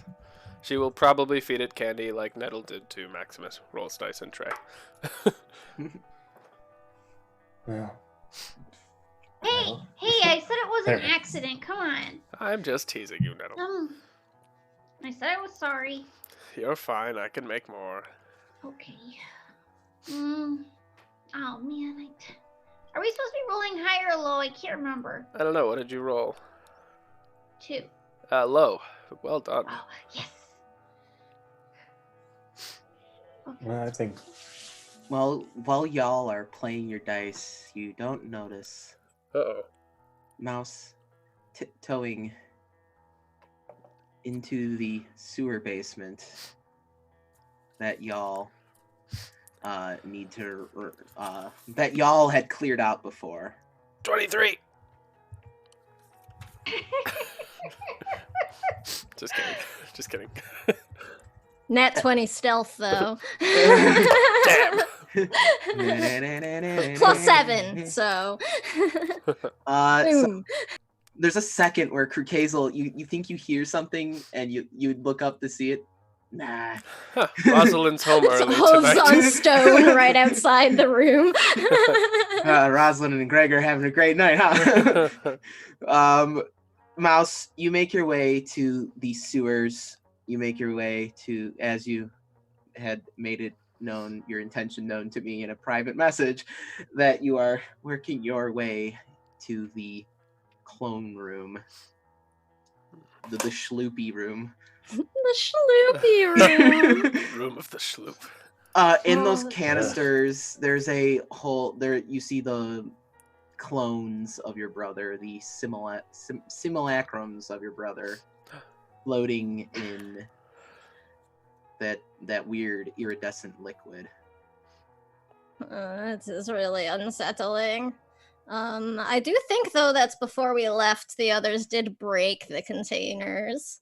Yes. Oh yeah, because that's why I used the word shaloop. Yes, as the bodies came swooping out. You remember a good as one schloop. does. Which had been hard for, Mouse to listen to because they did not actually watch it happen, but now they come True. down and there's like all these dead copies of their brother hanging out on the floor. Yeah, they're not floating in the I guess they're floating in the liquid that's like stagnant on the floor, and they're just that's super gross. Yeah, it's gross. It's not a pretty sight to behold. What do you do? Mouse feels a little sick. How far was like the nearest, I guess, forest line from the spire itself? Ooh, Like very far? It's gonna be a day till you hit a forest. Okay. Like a good forest, right? Right. Any place kind of treed, I guess, and just like You could seclusive. You could find a grove outside of Like Mouse just wants to pretty much like drag these bodies themselves and dig a bunch of graves for them, even one though by they are. one. Yeah, even though they're not living now, and probably never were. They are just very disturbed by this, and Sure. we'll bury them. Yeah, it's going to take quite a bit for you to do that, especially if you're trying to avoid detection. carrying around dead bodies and people stopping. Right. Going, They would like cover it or like with like cloaks or something. Like we like it's the side of a battlefield, so I imagine there's probably lots of bodies getting dragged around right now. Oh yeah, and you could probably get help from. No one can tell there's multiples of the same body that looks kind of like them. Sure. As you're doing this, you kind of see some other soldiers. They're kind of loading. Well, not loading. They're placing the dead into carts. Tarps on them, and one of them, you need help, miss? Thank you. I am okay though. I appreciate it. Okay. Well, we got an extra cart if it would be helpful, a little wheelbarrow. Oh, yeah, actually that would be helpful. Thank you, sir. And he's gonna walk up to you and just kind of give you a look, and do you know him? Yeah. Well, I'm sorry for your loss there. Thank you. That's as kind. It's always hard to bury a comrade. Yeah. I am sorry for anyone that you lost today. I know there was a lot of loss all around. Yes, so thank you. Well, they shall join and dance in the empire of the night sky with the astral star now. I hope so. And I'll just sort of keep moving. Or I guess I'll start piling. Start piling up. Yeah. So you can go about doing that. You'll remain uninterrupted. Okay. Many of the, now that most of them know you don't need help, they're going to give you that respectful deference of burying people. Okay. Mouse is doing pretty okay too. Like, you know, they're sickly, but they're actually relatively strong. My strength is like 13. I've got a mod. I got a +1. I got a +1. So you get to your little grove area where you're gonna bury these simulacrum bodies. Yeah. Creepy. And no one's gonna stop you. Nothing crazy is gonna happen. It's quiet out. It's peaceful outside. A little chilly, spring night. But the sky's clear and the stars shine above, and a light breeze rustles the trees and shrubs in the area. Okay. It's perfect. Alright, so Mouse will bury each of these, 3, I think, copies? Yeah. 3 copies of their twin. And is very, you know, they are not crying right now. They are very dry-eyed and just serious-faced. But just sort of going through their minds right now is, I am doing this 3 times now, and I will probably have to do it again soon, for real. And they find that just really troubling. Yeah. You almost swear you can feel a hand on your shoulder. You feel a presence behind you almost. If you do turn around to go look, there is nothing there, but you almost can hear whispers in the wind.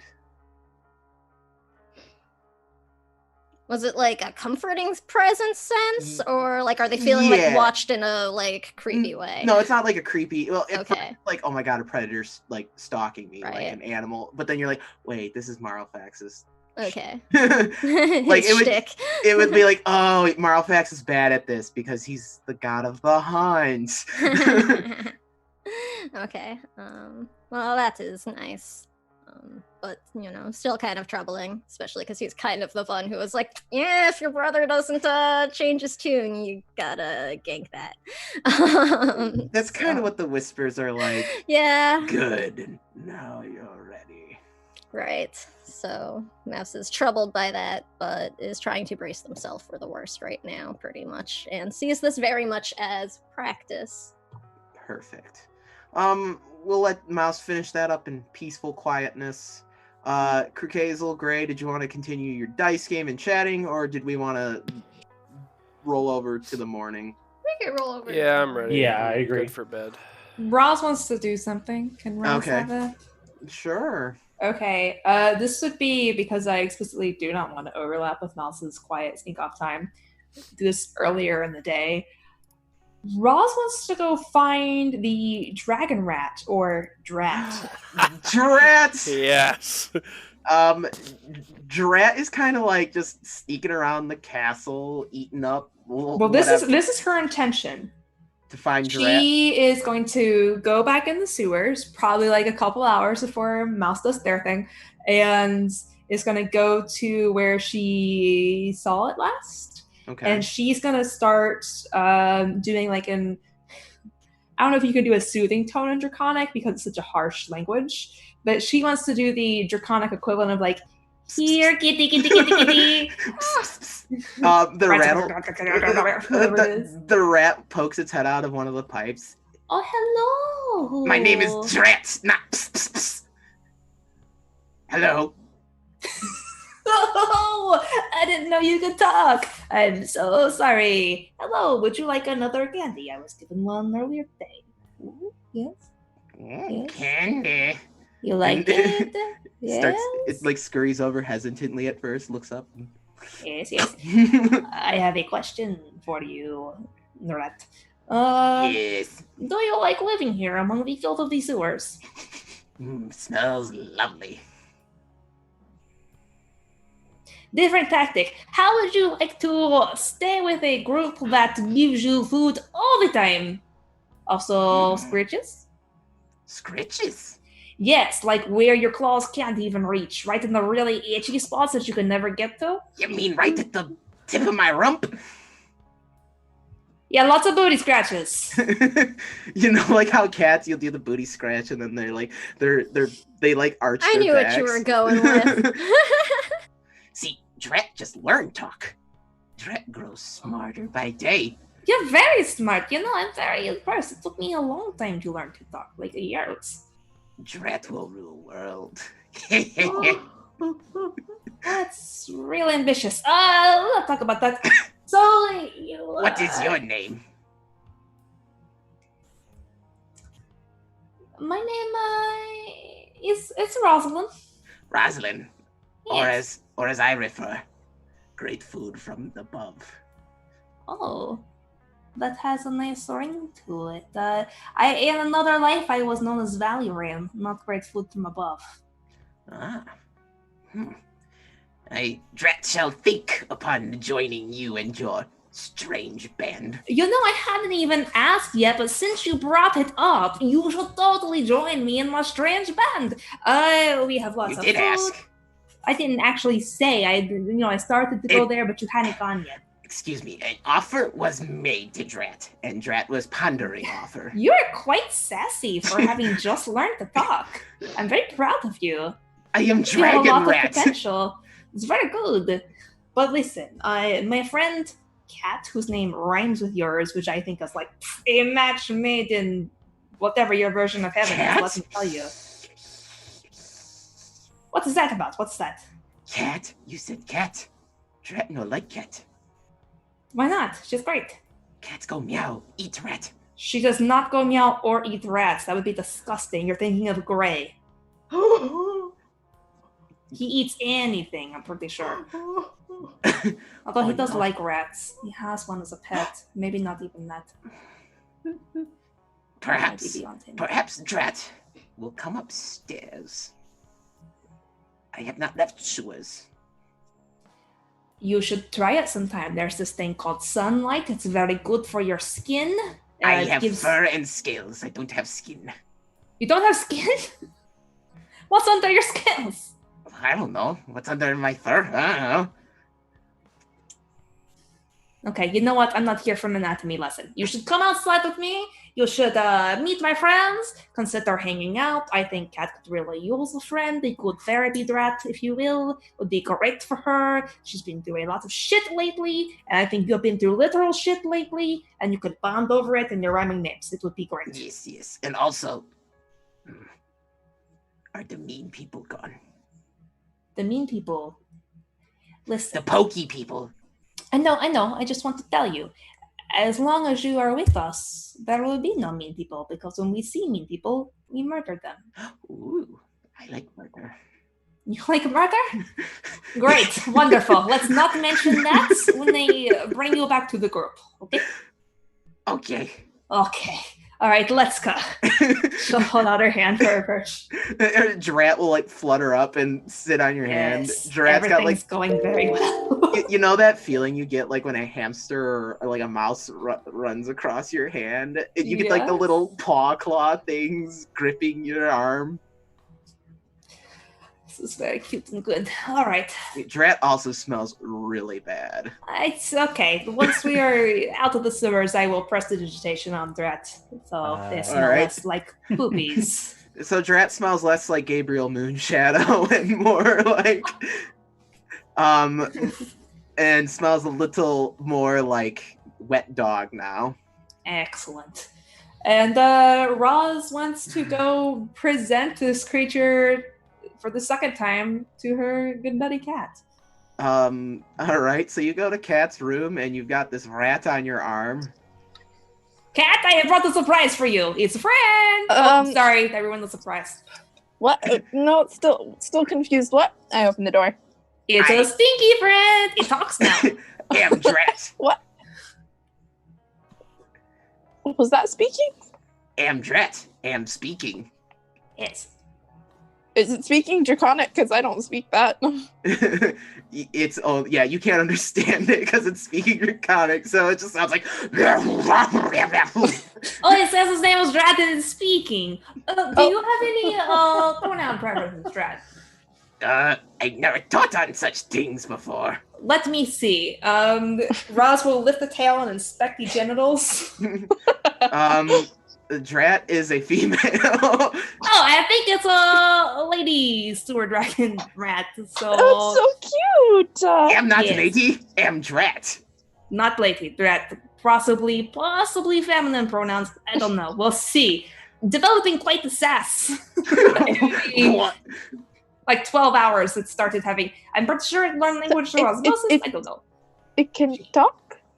Like Yes, those noises it's making aren't just random squabbles. Those are draconic. And she will repeat those are draconic and draconic. Ooh, an unforeseen and interesting development, potentially concerning. Hello, Drat. What? This cat? Cat do not meow. I am suspicious. No, Cat does not meow. Cat speaks Common, which is another language you should learn if you are learning Draconic. Honestly, it will serve you way better. I don't know what is this common. I only speak Drat. The noises, yes, you speak excellent Drac. I'm not kidding. Very impressive. But the noises she is making, it's part of a language called Common. It's generally understood by most of the people in the land, so if you want to communicate with more people, that is the language you should learn. Perhaps you and Cat could work together. You seem to be possibly the smartest person in this group, honestly, Drat. Drat has the bob. What is this language you speak of? What is language? You know how we're making noises and we understand each other. Yes. That is called a language. The particular noise group that we're making is called Draconic. I know you think it is Threat, but if you were to speak it to other people who know Draconic, they would also be able to understand you. It is a nice overlap. Maybe you are speaking a sewer dialect, if you will, some kind of dirty Draconic. Never mind. Drat's brain hurts. Oh, they don't hurt your brain. It's developing. I understand that. This is something that you could do. And she will switch back to Common. Drat is learning language, picking up very quickly, but seems to have picked up a less useful language, more obscure. Maybe you could do things like point to something and say what it is in Common, and Drat could learn that and pick up Common. Okay. Yeah, okay. Okay. Drat. She'll say in Draconic. Drat. Cat's going to help you learn this other noise sequence so that you can communicate with other people better. She will point to things and say what they are in her noise group, and then you can imitate it and learn to associate those noises with the ones. With Drat. the things. Question for great food from sky. Yes. Did you see my litter mates? I haven't seen any other Strat, I'm sorry. Oh. Would they still be in sight? Maybe they were just in a different area. No. Pokey Needle people probably take Drat's litter. That is probably true. They're very awful. But Drat gets all heroic. I will help. yeah, you look like you're feeling spicy. Okay, that's good. Channel the spice. We are going after people here soon.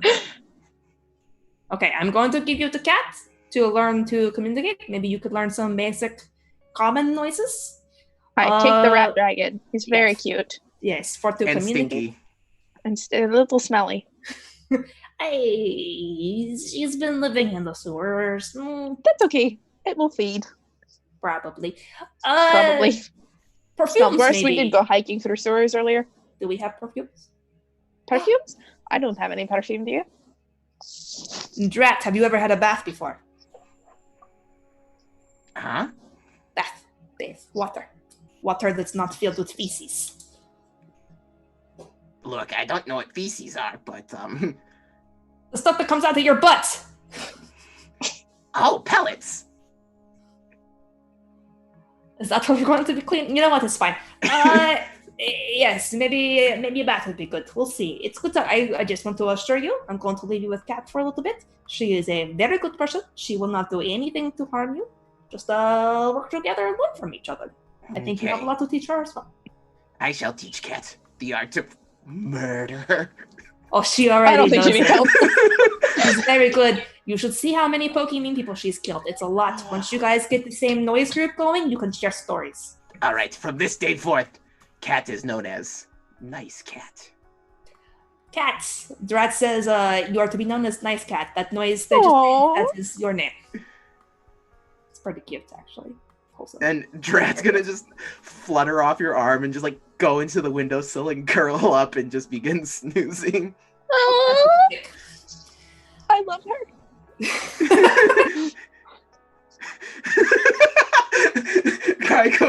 Cryocore 3 says, no, Drat's a sweet lady. Ladies don't poop. Not to be dramatic, but I would die for Drat. Me too. Say we all. I mean, same. So say we all.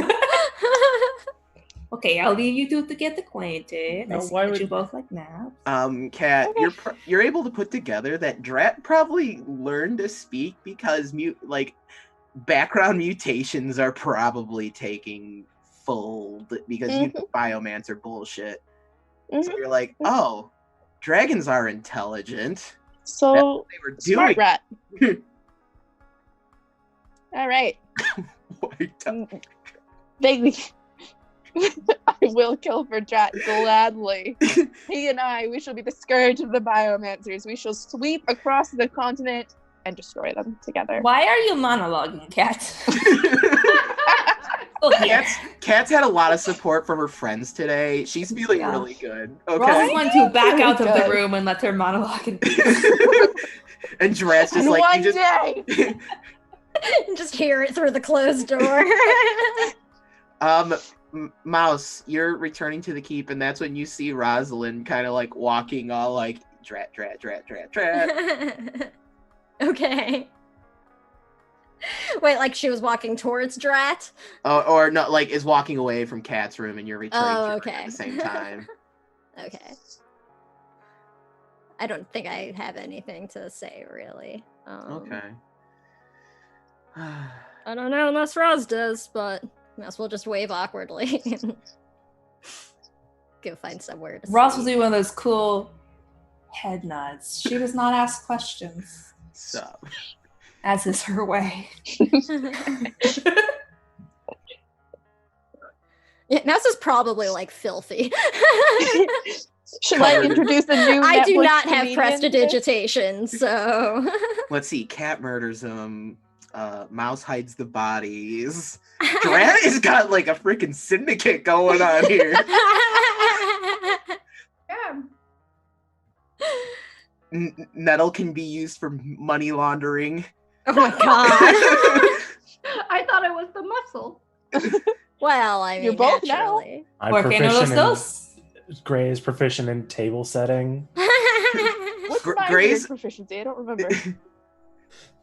Everyone has It's knitting. one. No. Knitting. Knitting. Knit that Drat a scarf. I want honestly to knit don't Drat remember what a mine was. sweater. I was gonna say they need a sweater. She needs a sweater. Can I Drat knit needs like a little sweater? pink sweater. I wanted to try a little pink sweater. Between all the familiars and Nigel and Mixed my Meep, God. this party has achieved a We don't talk about Nigel. Yeah, we don't We No, don't we talk don't about talk Nigel. about Nigel. You He's forgot been the OG. blacklisted. You forgot the original. Oh, Max and Max, this party has. I'm gonna make all the familiars matching sweaters. Oh my. Are they gonna be like the That's Harry such a Potter big sweaters concept. with the big letters on them? Yes. Do they all just like have a This- star on like Yeah, on the a back? star and a A letter. star and a hand just going. Okay, next SteamSpell one shots. We all play as our pets. Yes! All right, I don't so. want to play with Nigel. It's done. Too bad. It is done. I'm Nigel couldn't. now. Can we just do one of his I- conjured wolves? Well, Just go Nigel turn is into the Cow elemental Hazel. spirit. Cow Hazel. Iocore He's just wants regular to be a Caucasian. drat princess. Yes. I support. Yes. All right. Welcome to Princess SteamSpell, where we go from almost crying to laughing our asses off over a murderous rat dragon hybrid. So I anyway, love her.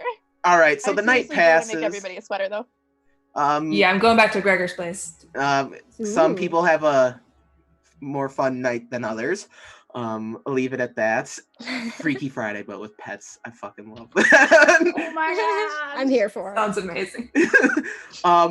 So it's the morning now. You can prepare for your journey out of the spire however you like. Point of order: are my arms better? Yeah, Or magic. yes, Kruk Hazel, I'm guessing, was like burned greater resto with that level up. You notice like your arms, like if you could feel them, you could probably feel the cold emanating from your arms that from Kruk Hazel's healing magic. And when you wake up and you go to look at them, they're kind of less floppy than they were before. And you actually kind of like have a little bit more. It's almost as if Kruk Hazel had them better than how they were before Corvus broke them. Anything would be. TBH. Still gonna have them sleeves though, because now it's a style thing. You just got like a year of physical therapy overnight. Hey, Like that. you know, I mean, they're not like complete. You're not like A1 grade clean bill of health, but like They You're don't call better me off. doctor for nothing. When is my proficiency in standardized testing gonna come in? I feel like I really got the you should have cheated on the Short sticker? dental exam for Kruk Hazel. Yeah, what the Didn't ask. I still can't remember what mine is. Mustache grooming. Oh yeah. Oh my god. When Excellent. Nettle grows a big like Vlad Tepish mustache. Oh yeah. So Randy. what you're telling me is that I should have opened my own barber shop. Ooh, I we mean, it's could still enjoy possible. Business. Barber surgeons, man. Also before I mean, that was Very a thing. popular in the Middle Yeah. Ages. Before moving forward, first of all, the journey to Fenhold will take 4 to 5 days to the west of the Spire, and you'll have to go through the Odahe Swamp. To go to Urgavel, it's going to be to the northwest beyond the Cloud Rule Mountains, and it's about 8 days just to reach the Shivering Forest. That's like the beginning of Urgavel. It'll be an additional week's worth to reach any settlement there. But that's where Branson said he was heading, was Urgavel. Is that for if we left from the Spire or if we leave from Fenhold? From the Spire. From Fenhold, it'll be like an extra week. That's just so we have all a reference. And then Belurgrim's den is like halfway between the Spire and Urgavel. So it's like one of those, oh, we could stop there on the way. Yeah, I vote Roasted by- Fenhold, Dragon, Urgavel. I think that sounds Yeah. reasonable. Is that the move? Yeah, I think so. And if everyone's ready, you can depart from the Spire of the First King. Yes. I return Mouse's little flannel owlbear in the Oh my morning. God, that's I will So cute. take it and hide it off in my bag where it's nice and safe. right. Ron's That's our new merch, by the way. Mhm. What'd you say? So that's gonna be our new merch, by the way. We all get Please. flannel owlbears. That'd be sick. Yes. That'd be I dope. want one really badly, not gonna lie. Time to open a Chromatic Chimera Etsy shop, yo. Ooh. Any I think as they're traveling, I want to make a point of noting that Roz is going to be pretty insistent about staying in Cat's tent wherever they're going. Sure. Yep. The whole way. Cat's sticking very close to Rosalind. Okay. All right. What's up? I'm just gonna start narrating some travel bullshit. Travel bullshit. Travel bullshit. This is when people are like, "Wow, that's so nice sounding," and I'm like, "Yeah, but it's just traveling. It's not exciting." So you begin down the paved road out of the Spire's citadel. You walk through the massive gates leading out of the Spire. Soldiers and people mill about, watching you as you go. Some citizens approach you and give a quick greeting and hail be to Duke Nettle Swiftfoot. The Spire, a sword piercing into the sky, grows smaller as you travel away from it. Hours pass. You pass by settlements and farmlands that sit within the shadow of the Spire, the tall structure visible on the horizon. As you trek past the settlement known as Spire Watch, the road soon becomes less paved. Cobblestone turns to gravel. Gravel turns to dirt. Dirt becomes slightly elevated as the road is now on a hump so that it does not get flooded by the surrounding swampland you find yourself in. Branches and leaves brush overhead as a light breeze moves the trees about. These less traveled roads may be home to some of you that find yourselves more comfortable outside bustling settlements such as those of the Spire or Thunderbluff. Frogs, birds, and other wildlife sing their songs. Creeks and brooks break up the road with a small stone bridge ensuring there are no gaps in between. Time passes and you rest as need be. Feel free to, get your long rest stuff in. We had a lot of character interaction. If you have more, I would be impressed. I'm gonna hang out with Rosalind, always. but besides that, There's always more with us. You should know this. This is true. This is true. As you're traveling, it's been about like a day or two. You're traveling through the swamp, and let me go to my notes because I actually started doing things smart in my notes. I'll explain. World Anvil. While you're looking at notes, anyone that we pass, Roz is going to be looking closely for any possible symbols of Lycus. I completely forgot about him. As you're traveling, the only group of people you pass is a caravan of tabaxis. They're guiding their wagon on the road, and pulling their wagon are some elk. Llamas, alpacas. Tabaxi have alpacas. Oh, well, shit, I gotta talk to the alpacas. I love them. And they're just kind of traveling by. They kind of like give a slight wave and a nod. They're kind of like strumming some instruments. One of them messes around with a hurdy-gurdy. It's an actual thing. Instruments. They're great. I know, it's just funny. It's a funny word, I know. And they, as you're passing by, you pass one that's like got dark black fur and these bright green eyes, and she'll give like a tip of her feathered cap as you walk by. They wear colorful clothing, like they have these baggy striped pants that are like red and black stripes on them. They wear like pink and bright green vests. They're a very colorful band of people, or tabaxis. Back to your people too. Yep. This is true. This is true. I just usually when I hear people, I think like humans, half elves, elves. So they pass by without a hitch. Nothing really happens there. You notice that on their wagon they have like symbols of the various gods that they worship. And then eventually you've been traveling for a bit more. Everyone's been, I'm guessing, a little quiet because y'all just had a really intense talk the other day.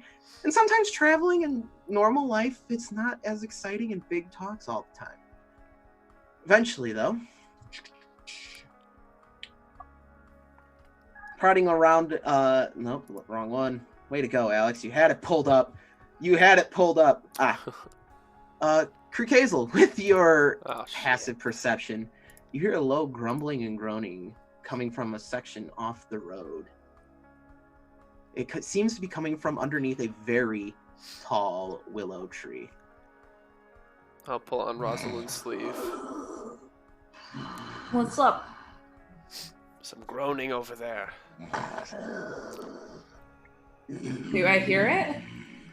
When you begin to listen for it, you can hear it over the birds, the frogs, and the running water of the Balin River. I'll summon Fang. Yep.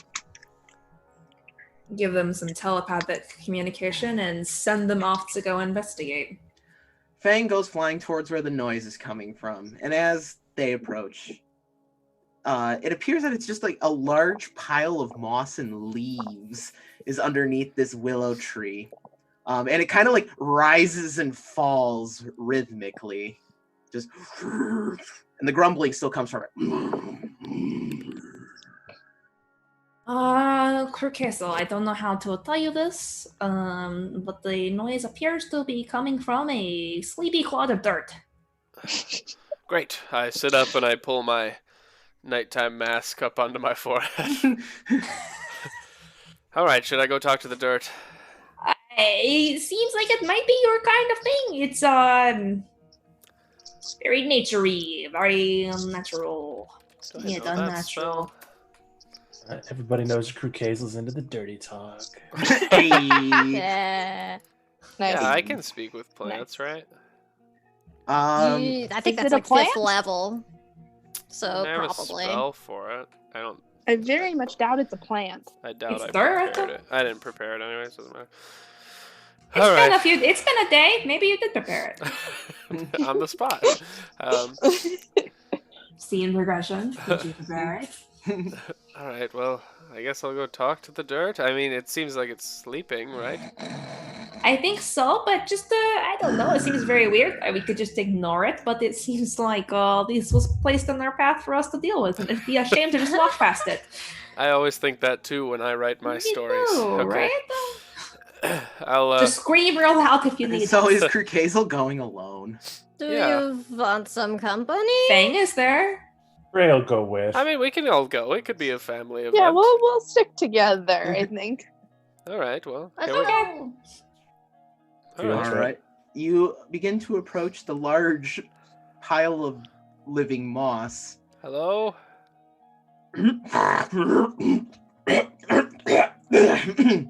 And this large pile of moss turns over, and it's not a large mound of moss or vegetation.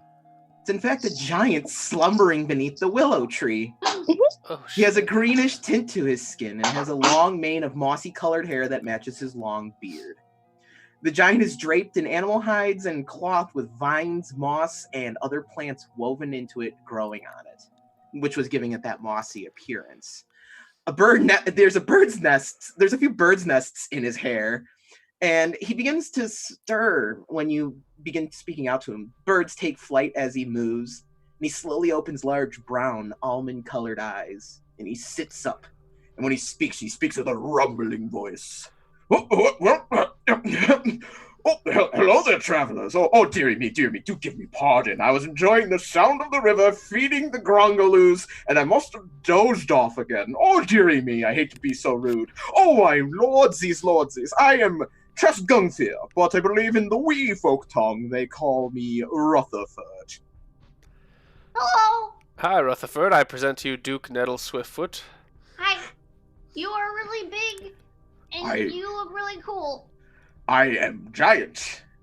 Hello, Duke Nettle. And what are all your names, fellow travelers?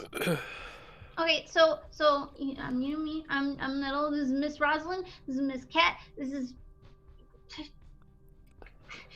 Kuru. Very good. And Mr. Gray. Only sometimes it's called Gray. Apparently, that's not always his name. And then Mix Mouse. Well, a pleasure to meet you all. I am sorry for dozing off like that. How embarrassing of me. And he brushes a hand through his mossy hair and beard. It's normal for people to sleep. I thought you were dirt. Sorry, we woke you. Oh, no. I needed to wake up. I was having quite a good nap, but caretaker can never rest. Too long, at least. What are you taking care of? Well, I take care of this here swamp. What? What color is he? Is he a jolly like green giant? He has a greenish tint to his skin. So yes. Yes! Oh, The jolly green giant. well, friends do call me Jolly sometimes. It's because I got this great big laugh.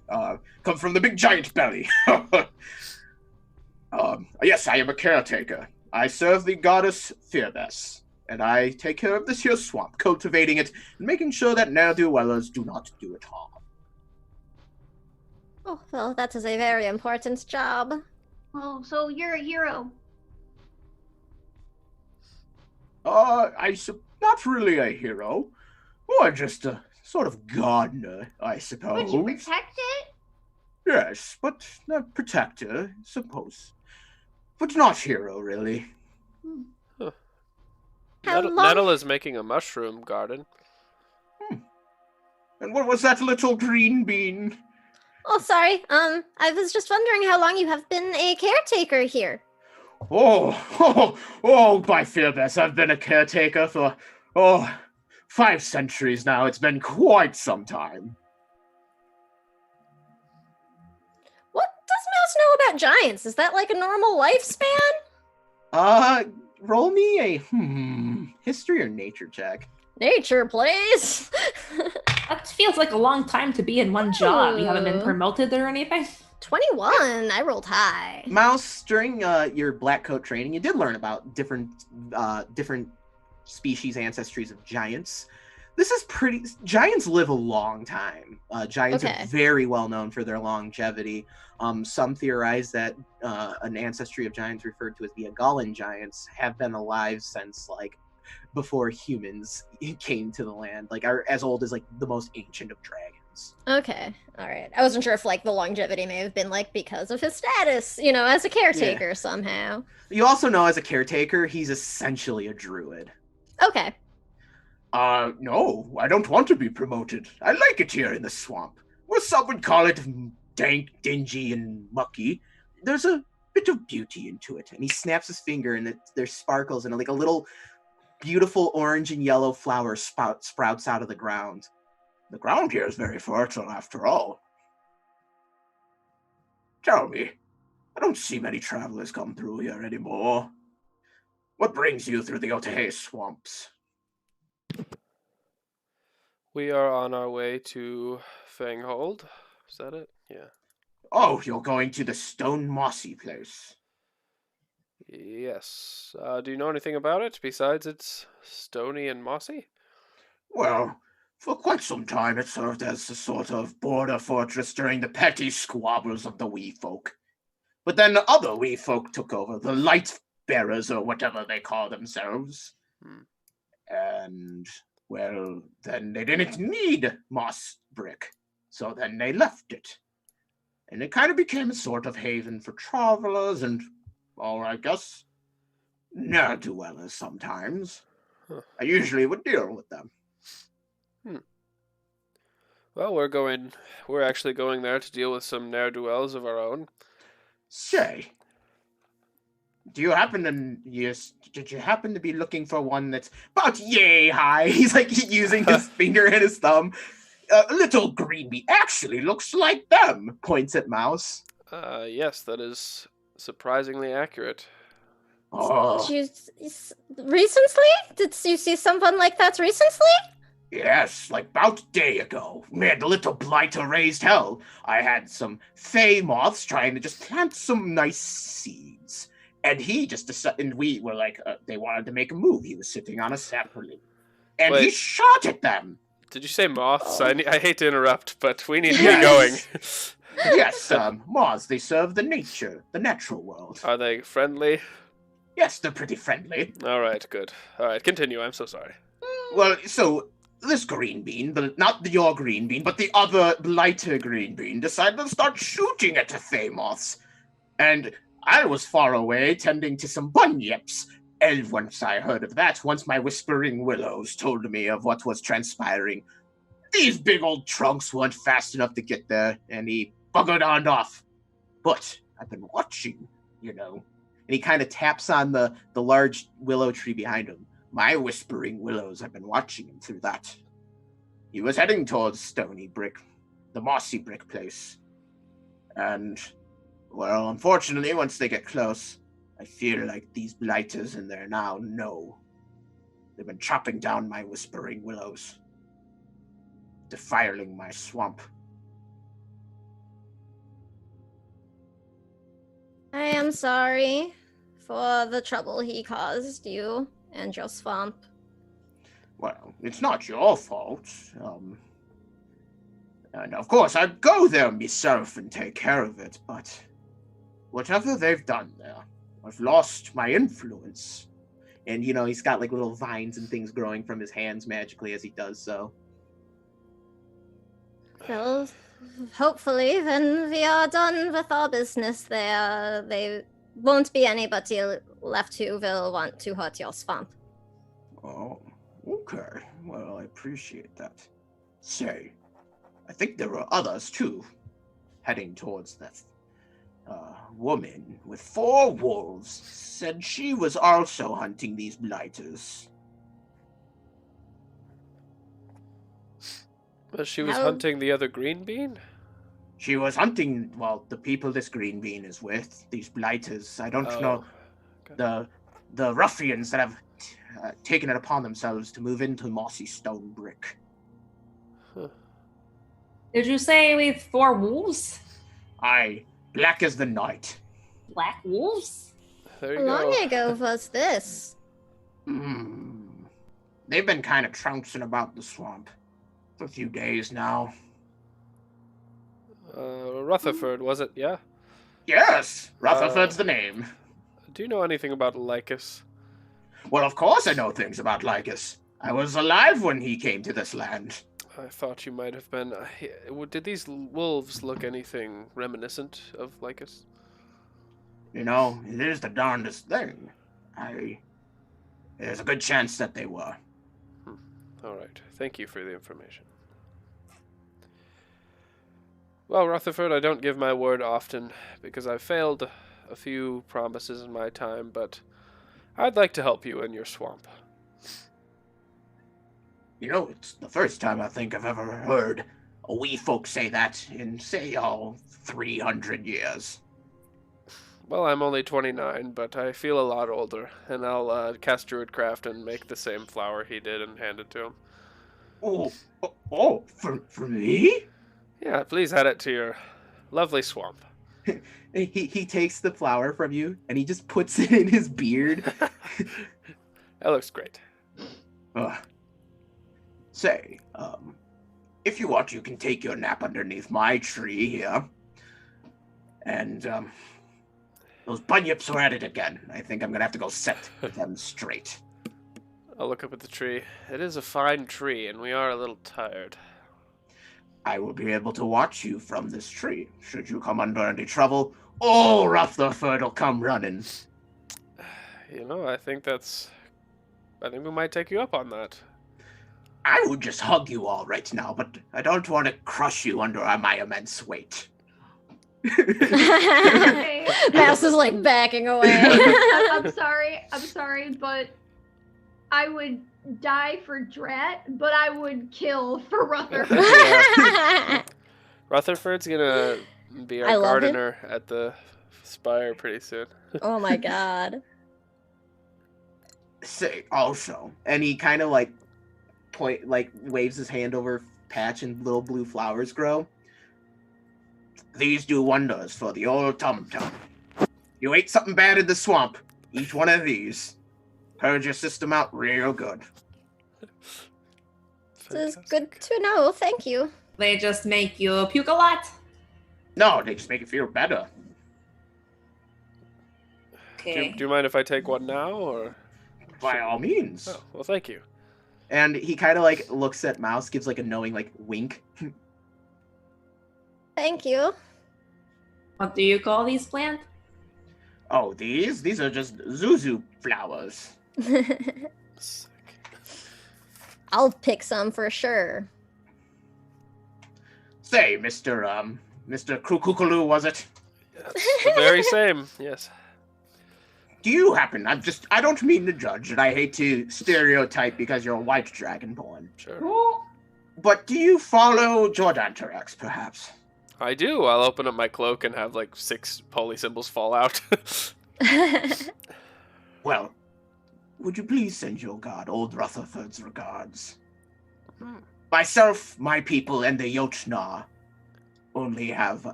he only has our respect. Do you know what the Jotnar are?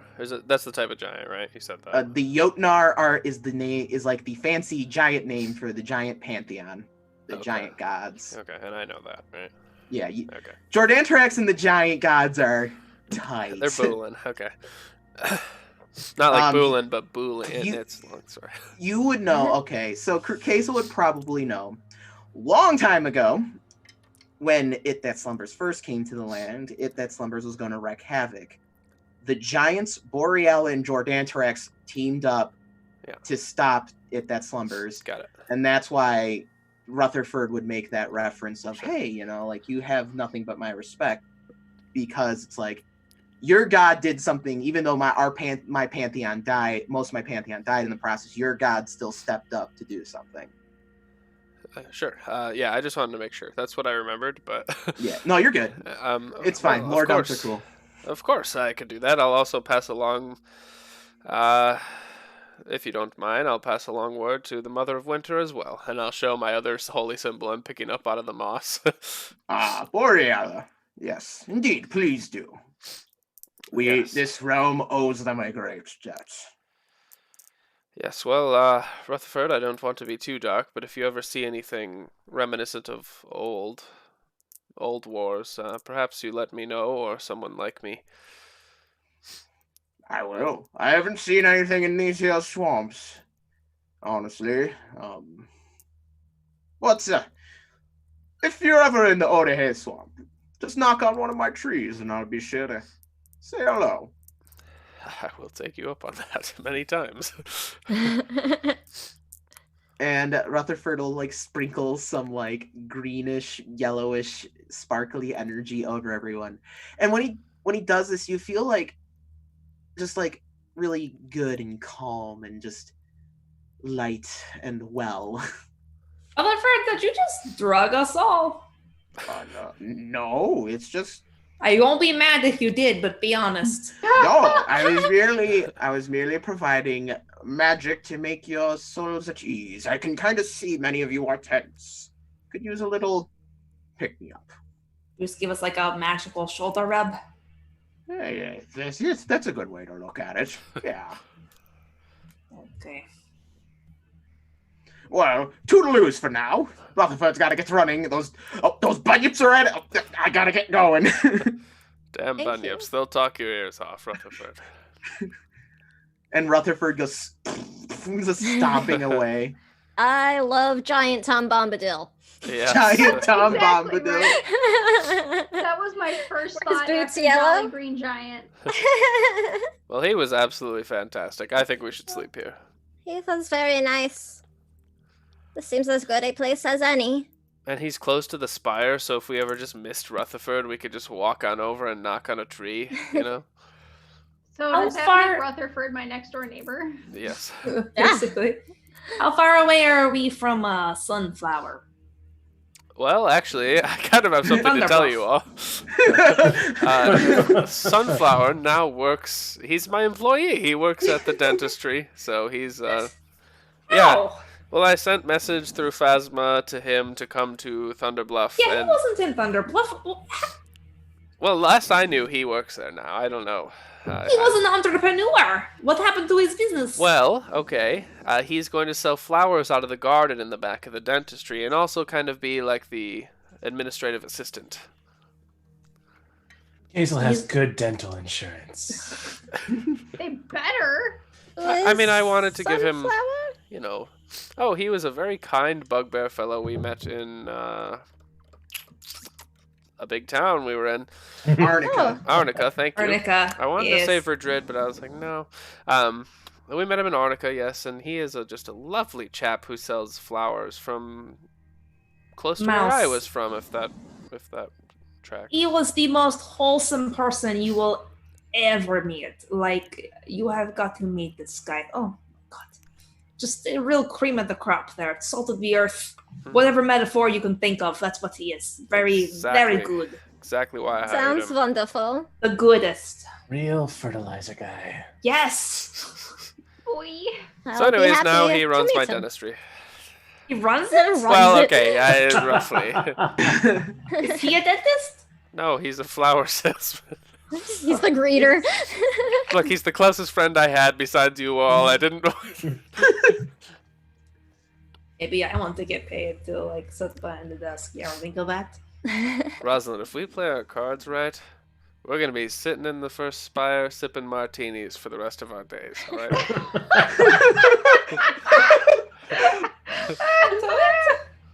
Oh my god. I've gotten very good at playing cards. I don't know if you know this. And she will Says the party on its way to kill it or negotiate with the dragon. like look at that the red leaf up there. You see it? How it's a little Alright, darker yeah. than the others? Yeah, sure do. She will pull a card out of her sleeve and Hopefully. look it right at the leaf. I druid yeah. craft the leaf back. That is Kinda- impressive, Rosalind. We should go play cards. That's very impressive. It's Golf claps. Here's the thing: if you don't know playing cards, some people get very upset when cards appear out of nowhere, like murderously upset. So I don't know if it's the best for that, but I've been practicing my throwing skills. You gonna Kind take of someone great. down with that? I did earlier. I don't think you saw it. What? We're very busy being, giving snappy comebacks. Yeah, that's kind of my MO. Yeah, I killed a goon with it earlier. What? That's amazing. Yes, in the dragon fight. Yeah, he's a muck, but still, he's something. I thought it was for the special. That is so cool. Nobody. I did it, and I looked around, and nobody was looking at me, which is fair because we were all getting like shot and dragon breath. But still, I wish something. Yeah, was that before or after I was bisected by the giant dragon sword? Look, you were killing it, being killed by it. There was a lot going on there. I was in the background, just like behind the scenes, taking people out, low key, sort of. I was a valuable team member. No, I believe you. And also, this is way off topic, but since we're in the swamp, I was thinking maybe we relived the last time we were in the swamp, but I get the Breck account. How old is that now? It's gotta be Finally, rotten. is it by now? It's good. Bag Yeah. of Pretty cold, grody. You guys are gonna start taking poison damage. Do we just drink it? Oh. We need to go hunt a new Brekkic. Gross.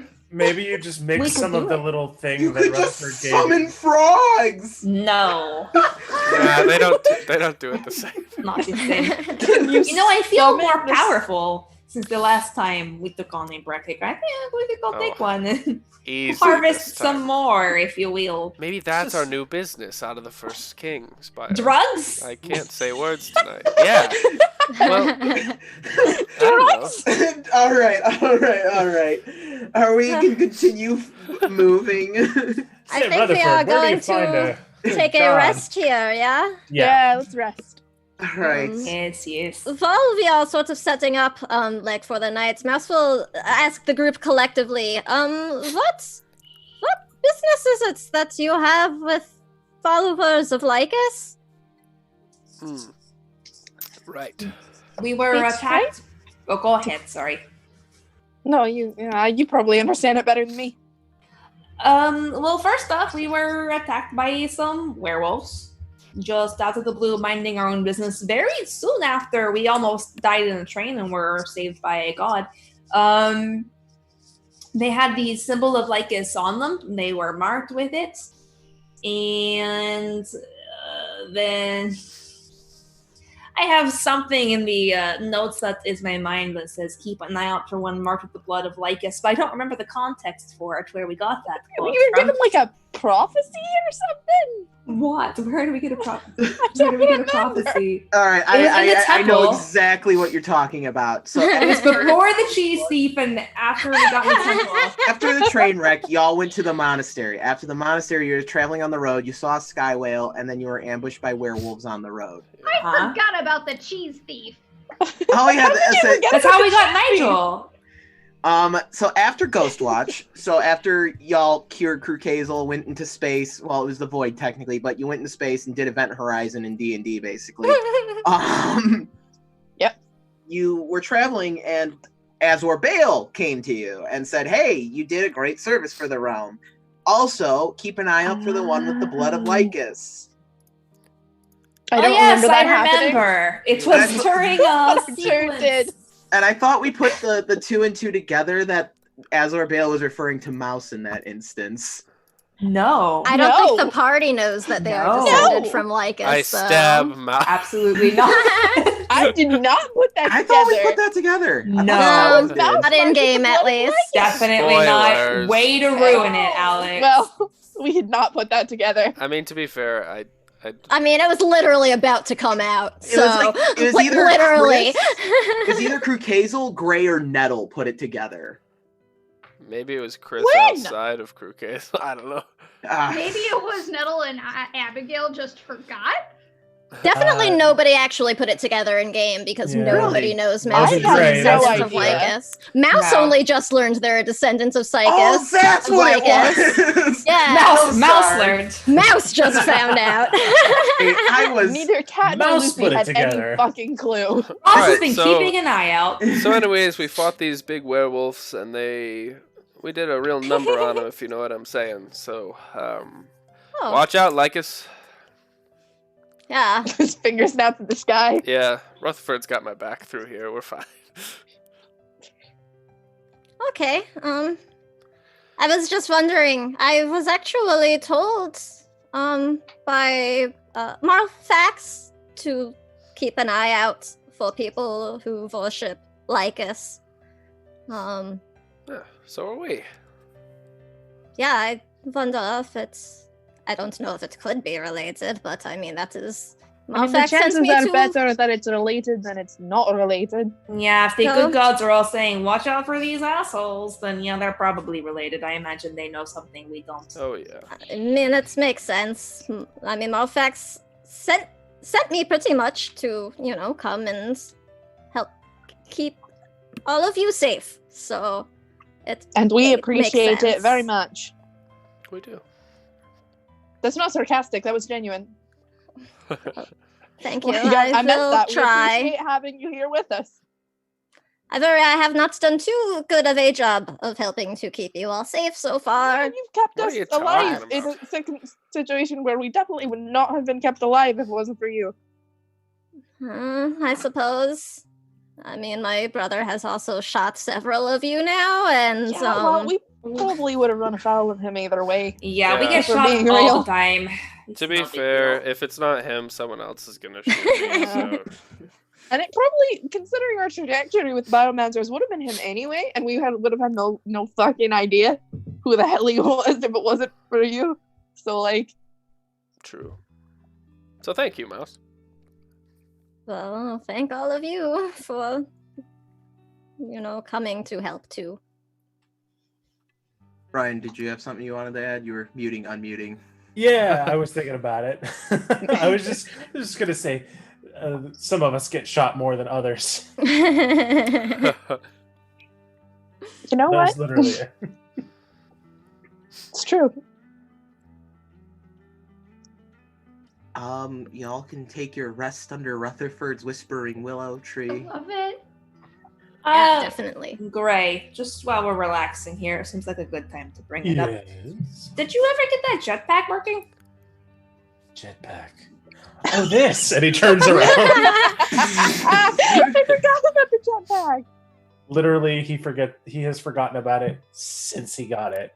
It just seems like a really cool thing that I never see you play with. Like, Oh, I don't know. oh, he's done. Gray just shoots up into the sky. We lost him. We should give Nettle the jetpack and the machine We gun should and not. just No. send her God. into space. We should not do that. Sorry Question about though, that has plot. anybody tried putting the jetpack on Maximus? Whoa. Why are you Thank wearing you. the So, machine gun? if you're not resistant to fire, you take damage from this thing. That's so, that's just animal cruelty at that point. Let's not burn the dog. Yeah, I Leave know the poor that. thing alone. though it could be good for Nettle to have a little extra movement. It's true. What's the speed on the jetpack? I believe you can do 30 feet. Let me double It's check. useful, actually. Especially in fights with dragons that are flying. Plus, I just love the mental image of Nettle decked out in like heavy armor and Heavy also a plate. She jetpack. just can't move. She's just kicking her feet. Like I'm pretty much picturing like the kid from the Christmas Story wearing Oh like my. all of the layers but with armor. I mean, it would You also be imagine- sick if Gray was flying around throwing guiding bolts down from the heavens at people. Also clutch. It's kind of just like a one-time arc, though. You don't okay, wait, stay well, up no, there. but one like and a done. All right, here it is. the tiefling and the Asmar fly. Once per Whoa. day, you may use the jetpack to fly up to 30 feet as like a free action, basically, because you just have to hit a button. And then if you do not have fire resistance and you're using it, you take 1d6 fire damage. And if basically if you're using the jet after using the jetpack and if you get down by fire damage, it blows up. Dangerous in a dragon attack. I'm sure it's fine. It's on the dragon. That's. That's a lot. It does 5d6 fire, 66 in a 15-foot radius. If it, Don't be So around- we put this on the small child. Just imagine her in like full plate armor, clutching like Maximus between her legs, freaking lance. She's like, all right. Now that I think that since we've kind of lost focus, it's a good time to Yes. to call We it sleep. here. This party can sleep. We go to sleep. And we can just call it here. It's been a roller coaster tonight. Yeah, it's been a lot. But we'll end on the high note of laughter and imagining Nettle and Gray using jetpacks.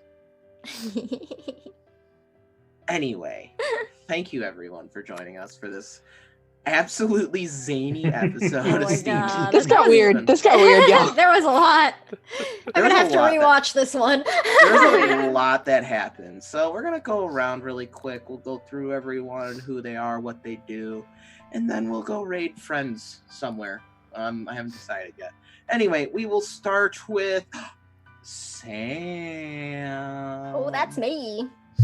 Hey, I am Sam. You can find me on Twitter at @TheSamWisest. I'm SamWise_GameG. Here on Twitch, I'm a disability advocate and a TTRPG streamer. You can see me next Wednesday in Agora's Bells, our other persistent campaign. On Friday, actually, this week, you can see me over on the Scraticus Academy. I am playing in one of their many one-shots. They are doing a 24-hour charity stream for St. Jude's Children's Hospital, and I will be playing in the 9 p.m. Eastern slot. So come check it out. I may or may not be playing somebody that I've played on the Chromatic Chimera before. Do it. Yeah, I might be playing either good old Vel or possibly Blossom. We'll see. So it'll be like, an AU kind of version, but I just think that'll be fun to do. So check that out on Friday. You can also see me Mondays here on Chromatic Chimera on Dead Skies by Night, which is part of No Initiative's streaming. And starting next Thursday, I'm going to be GMing Tales from Thra, which is a Dark Crystal themed inspired 5e D&D game, which is over at Heroes Without Limits, which is a channel by and for disabled, chronically ill, and neurodiverse gamers. So come check it out. I'm super excited. We have our session 0 tomorrow, and oh my god. My god. I'm stoked. Megan, Yes, Alex? it's your turn. Oh, okay. Hi, my name's Megan. The next time you can see me will be Saturday. This upcoming Saturday, I will be on the Twitch stream, The Onyx Path. It's the official channel for Onyx Path Publishing. They bought the rights from White Wolf for their setting Scarred Lands, and they adapted the 5th edition. It is a setting based on Greek mythology, which is really cool for a super nerd like me. I'm having a lot of fun playing my Triton monk with an anger problem. You should come watch it and hang out with me. It's really good times. Other than that, the next time you'll be able to find me here on my lovely home, the Chromatic Chimera, is on the 26th when we come back for SteamSpell. Right. Ryan. Oh, hi. My name is Ryan. I live here on the Chromatic Chimera. You can find me on Twitter at the Simulacre. As you might have gathered, I play Gray, the Tiefling Warlock. But also on Sundays, you can find me over on Roll the Roll playing in a different Scarred Lands campaign than the one Megan is in. Megan, what is the name of the one that you're in? Urge of the Serpent Hold. And because they are two different things, but they are the same setting. Also, I do a thing called Sims Character Creations, wherein I take commissions for short musical themes, usually about a minute 30, or I also offer my narrative services if you want to do recap for games and such. I currently have some commission slots open, and one of the things that I recently did compose was the theme for the Scarred Lands game that Megan is in.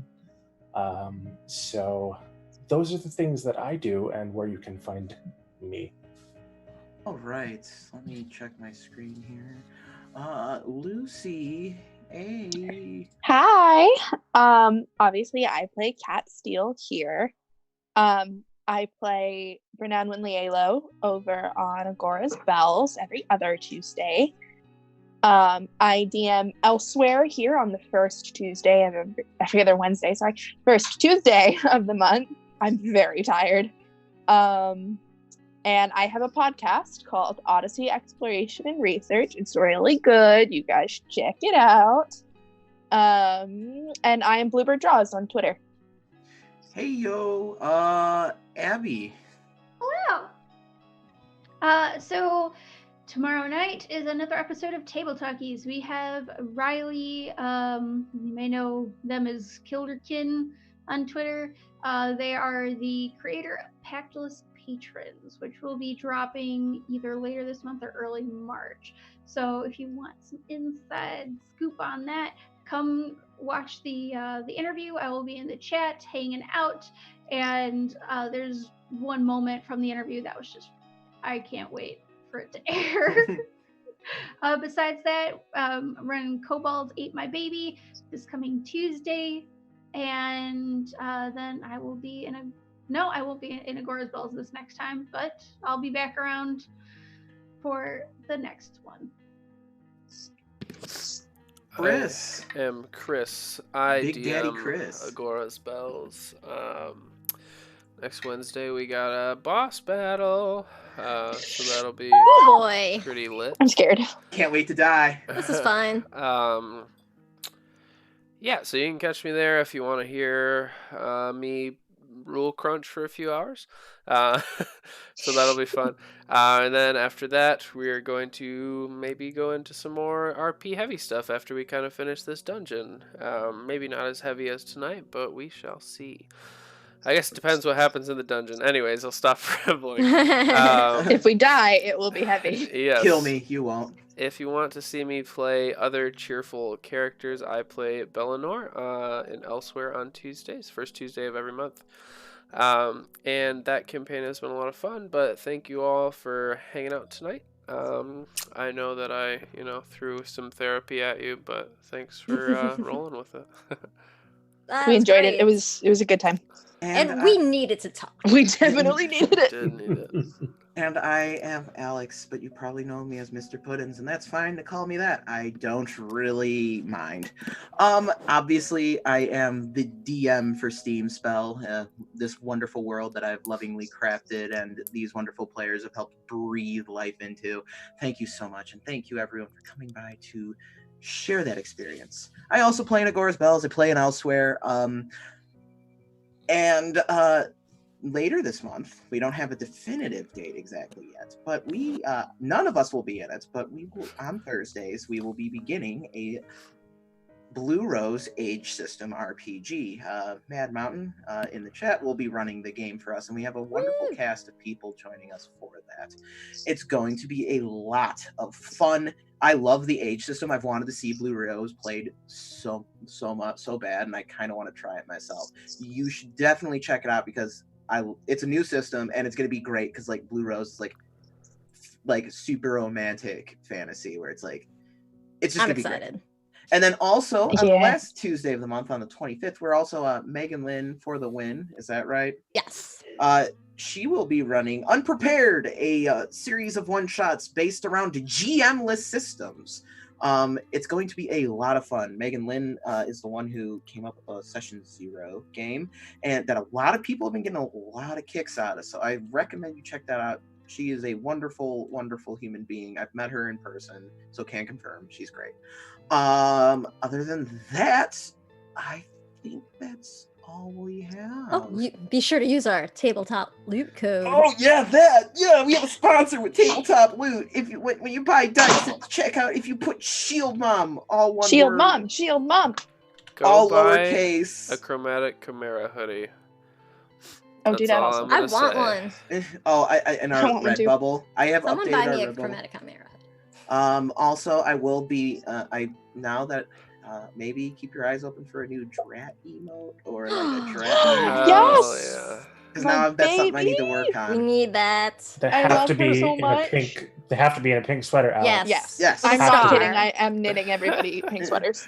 Anyway, thank you everyone for joining us. This session was wild. It was emotional, funny, fun. Just basically everything you could ask for in D&D. And next session, Biomancers are going to get their asses kicked. And Nora Lynn has a stat block, y'all. Nora No. Oh Lynn god. for Oh the no. win. Oh god. Jade does too, I think you told us, yeah. Jade's had a stat We're block for a fucked. while. We're Yeah. fucked. Nora Lynn Super for the fucked. win. Let's No, go. absolutely not. No. No. Let us go Nora Lynn for the raid. lose. Let us go raid our good Oh. friends Soul Bear RPG. Aw, good beans. Soul Yeah, Maddie's on over there, and I love Maddie. Maddie's the best. So, thank you everyone again. See you next time. Good night. Bye. Good nugget.